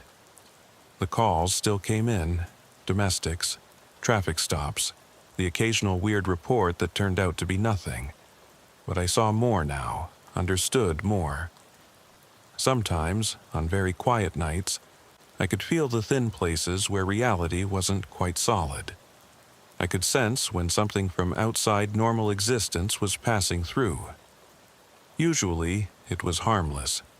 Beings traveling between realities, observers studying our world, refugees from collapsed timelines seeking new homes.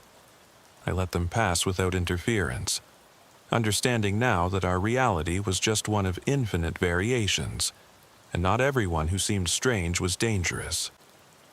But occasionally, maybe 3 or 4 times in the 5 years since that night, I've encountered something that required intervention. The first was 6 months after my return. A woman called about strange lights in an abandoned building, voices speaking languages that hurt to hear. I found another preserver, not ours but a younger one, trying to establish a new collection site. I explained about the auditor, about the new rules, about consent and temporal stability. It left without taking anyone, seeking a reality where preservation was voluntary. The second was a year later. A child who could see probability threads like Ravi Patel, but without the ability to process them, was being driven mad by the constant flow of potential futures. Something was circling her, waiting for her to break completely before collecting her. I intervened, not with force but with information, explaining to the entity that taking her would violate the consent protocols, that the auditor would investigate, that there would be consequences. It retreated, and I got the girl help from a therapist who, I suspected, knew more about unusual perceptions than her credentials suggested. The third was the hardest. 2 years ago, I was called to a welfare check on an elderly man who hadn't been seen in days. I found him in conversation with something that looked like Lavinia had looked. Human, but not, offering him preservation, eternal existence beyond his failing body. "It's not a bad offer," he told me when I explained what was really being proposed. "I'm 91, my heart's failing, my mind's starting to go. They're offering me eternity with my memories intact. Why shouldn't I take it?" "Because eternity isn't living," I said. "It's just existing. No growth, no change, no surprises. Every moment the same forever. Sounds peaceful. Peaceful and purposeless. You'd be a museum piece, observed, but not experiencing." We talked for 3 hours while the entity waited patiently. In the end, he chose to stay, to die, naturally, in a few months surrounded by the grandchildren he'd only recently reconnected with. The entity left without argument, respecting his choice. Each encounter reinforced what I'd learned during my time with the collection. The universe was vast and strange, full of beings with incomprehensible motivations and abilities. But at the core of every interaction was choice, the right to choose our own path, even if that path led to death, suffering, or loss. That's what made us human, not our biology, but our ability to choose despite not knowing all the outcomes. Last week, I got a package with no return address, no postmark, no evidence of having gone through any postal system. Inside was a photograph that shouldn't exist. Couldn't exist according to normal physics. It showed Lavinia standing in what looked like the Northern Lights, if the Northern Lights existed in 17 dimensions simultaneously. She was wearing that same impossible dress from the night in the parking lot, but now it seemed to suit her perfectly, as if she'd finally grown into what she'd become. On the back, in handwriting that existed in more dimensions than paper should allow, "The work continues. 12,847 specimens successfully reintegrated across 347 realities. The universe is vast and full of wonders and terrors, but choice makes us more than either. Thank you for reminding us that preservation without consent is not preservation at all, until we meet again in whatever form that takes." -L. There was something else in the package. A small device no bigger than a phone, made of materials that seemed to shift between states of matter. When I touched it, I heard the auditor's voice. "This is a beacon. If you encounter something beyond normal parameters, something that threatens consent or temporal stability, activate it. We'll investigate. Consider yourself a consultant, Officer Grimsby. The universe needs those who can bridge the gap between human and other, between normal and impossible. The pay is terrible, the hours are worse, but the work matters. I keep the device in my patrol car now, hidden behind the radio where no one else will find it. I've never had to use it, but knowing it's there, knowing there's backup if things go truly wrong, helps me sleep better. My children are adults now. Elizabeth graduated last year, got her teaching certificate, started work at an elementary school, where she's already known for her ability to reach the difficult kids, the ones who see the world differently.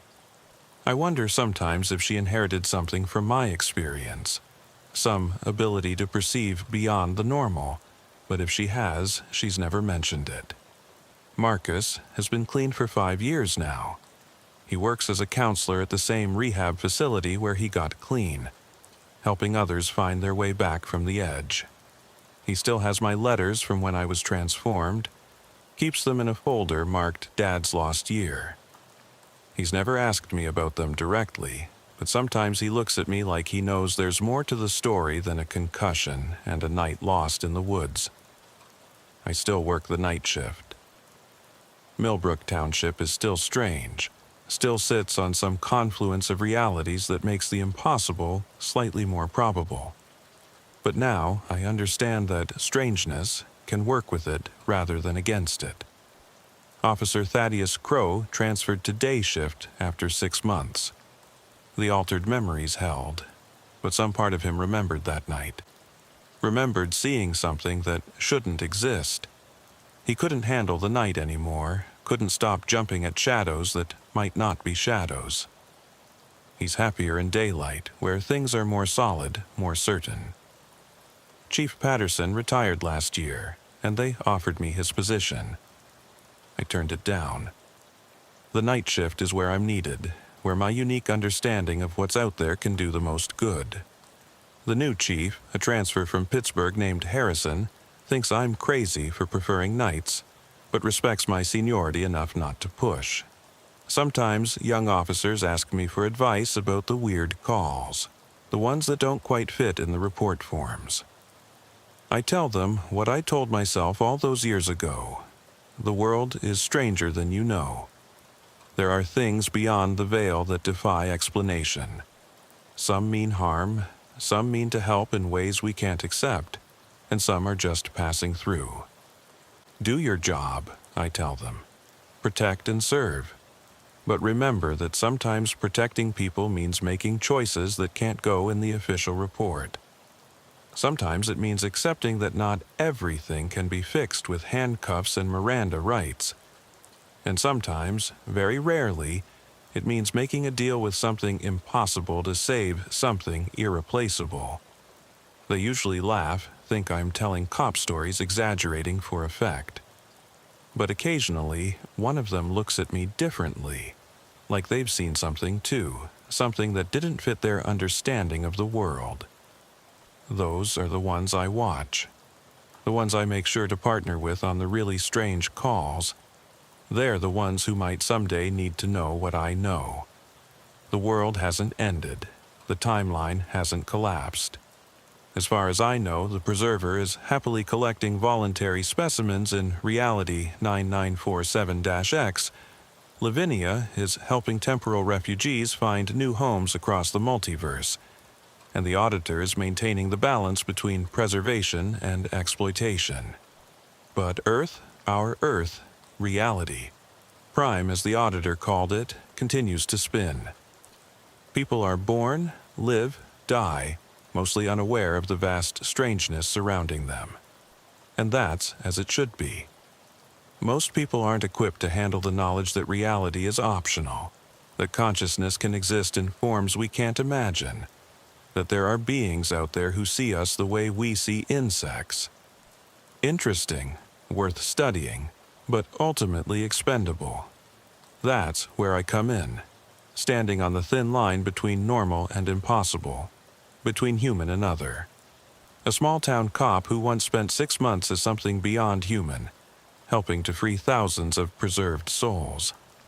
A father who sacrificed his humanity to save 7 children and got it back as a reward for good service.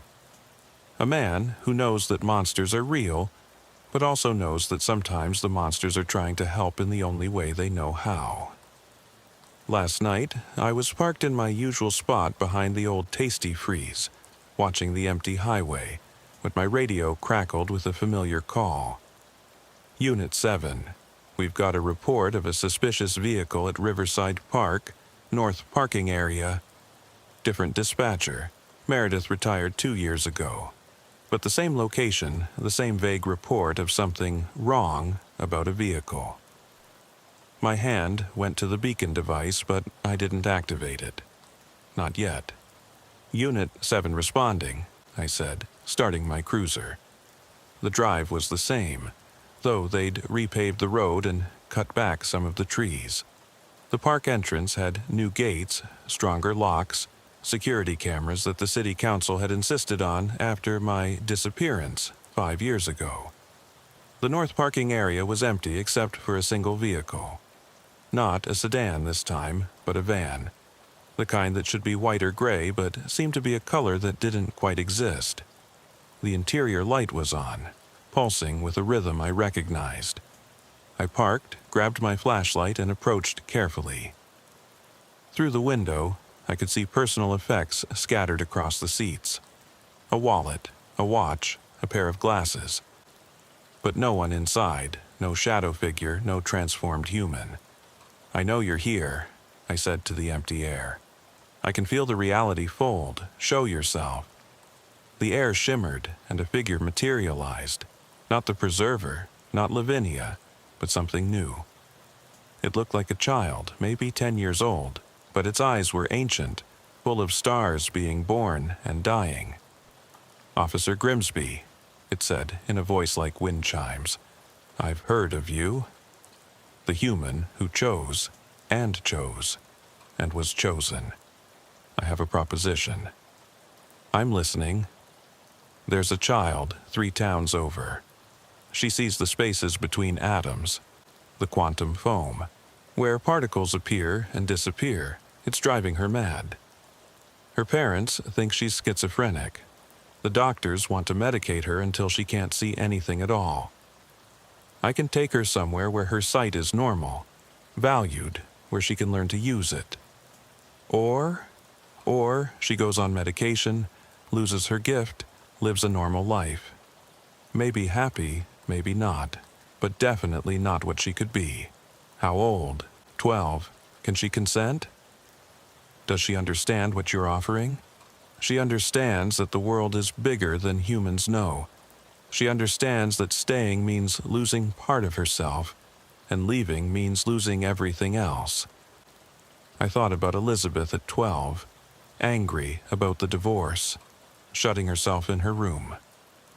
About Marcus at 12, already showing signs of the addiction that would nearly destroy him.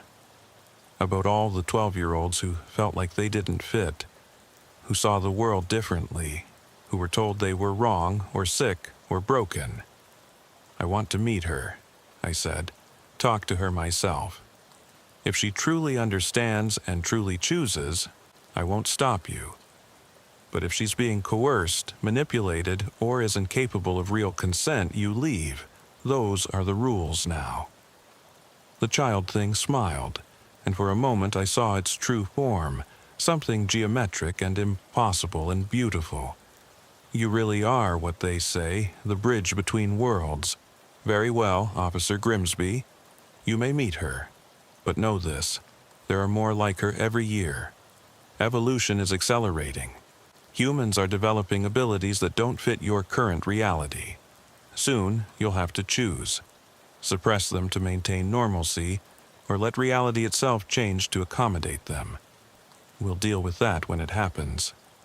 "No," it said, already beginning to fade. "You're dealing with it now. Every choice you make, every child you save or don't save, every entity you allow or prevent from collecting, you're shaping what humanity becomes. You're not just a bridge, officer. You're an architect of the future." It vanished, leaving only the van with its scattered personal effects and pulsing light. I gathered the items as evidence, called in the abandoned vehicle, and went through the motions of a normal investigation. But the child thing's words echoed in my mind. Maybe it was right. Maybe every choice I made was shaping humanity's future. But that's what police work had always been, hadn't it? Making choices that affected lives, communities, futures. The scale was just bigger now, the consequences more strange. I finished my shift as the sun rose, painting the sky in colors that reminded me of the space between spaces. Somewhere out there, Lavinia was helping lost souls find new homes. The preserver was building its voluntary collection. The auditor was maintaining the balance, and here on Earth, reality was getting stranger, thinner, more flexible. But that's tomorrow's problem. Today, I'm going to have breakfast with my daughter before her first class. I'm going to call my son and congratulate him on his 5-year chip. I'm going to sleep in my human bed in my human apartment and dream human dreams. And tonight, I'll put on my badge and gun, get in my patrol car, and drive out into the darkness to stand watch on the border between normal and impossible. Because someone has to, because I chose to, because even after everything I've seen and been and done, I still believe that protecting and serving means something. Even if sometimes what you're protecting people from, or protecting them for, defies every law except the one that matters most. The right to choose your own path, no matter how strange that path might be. The radio crackles. Another call. Another suspicious vehicle, strange lights, something wrong that the caller can't quite explain. Unit 7 responding, I say, and drive off into the night, toward whatever impossible thing waits for me in the darkness. Some nights, that's enough. Most nights, that's everything. The story continues, will always continue, as long as there are those who stand watch at the boundaries of what we call real. I'm Officer Archibald Grimsby, and I'll be here as long as I'm needed, which, given what I know about what's coming, will be a very long time indeed.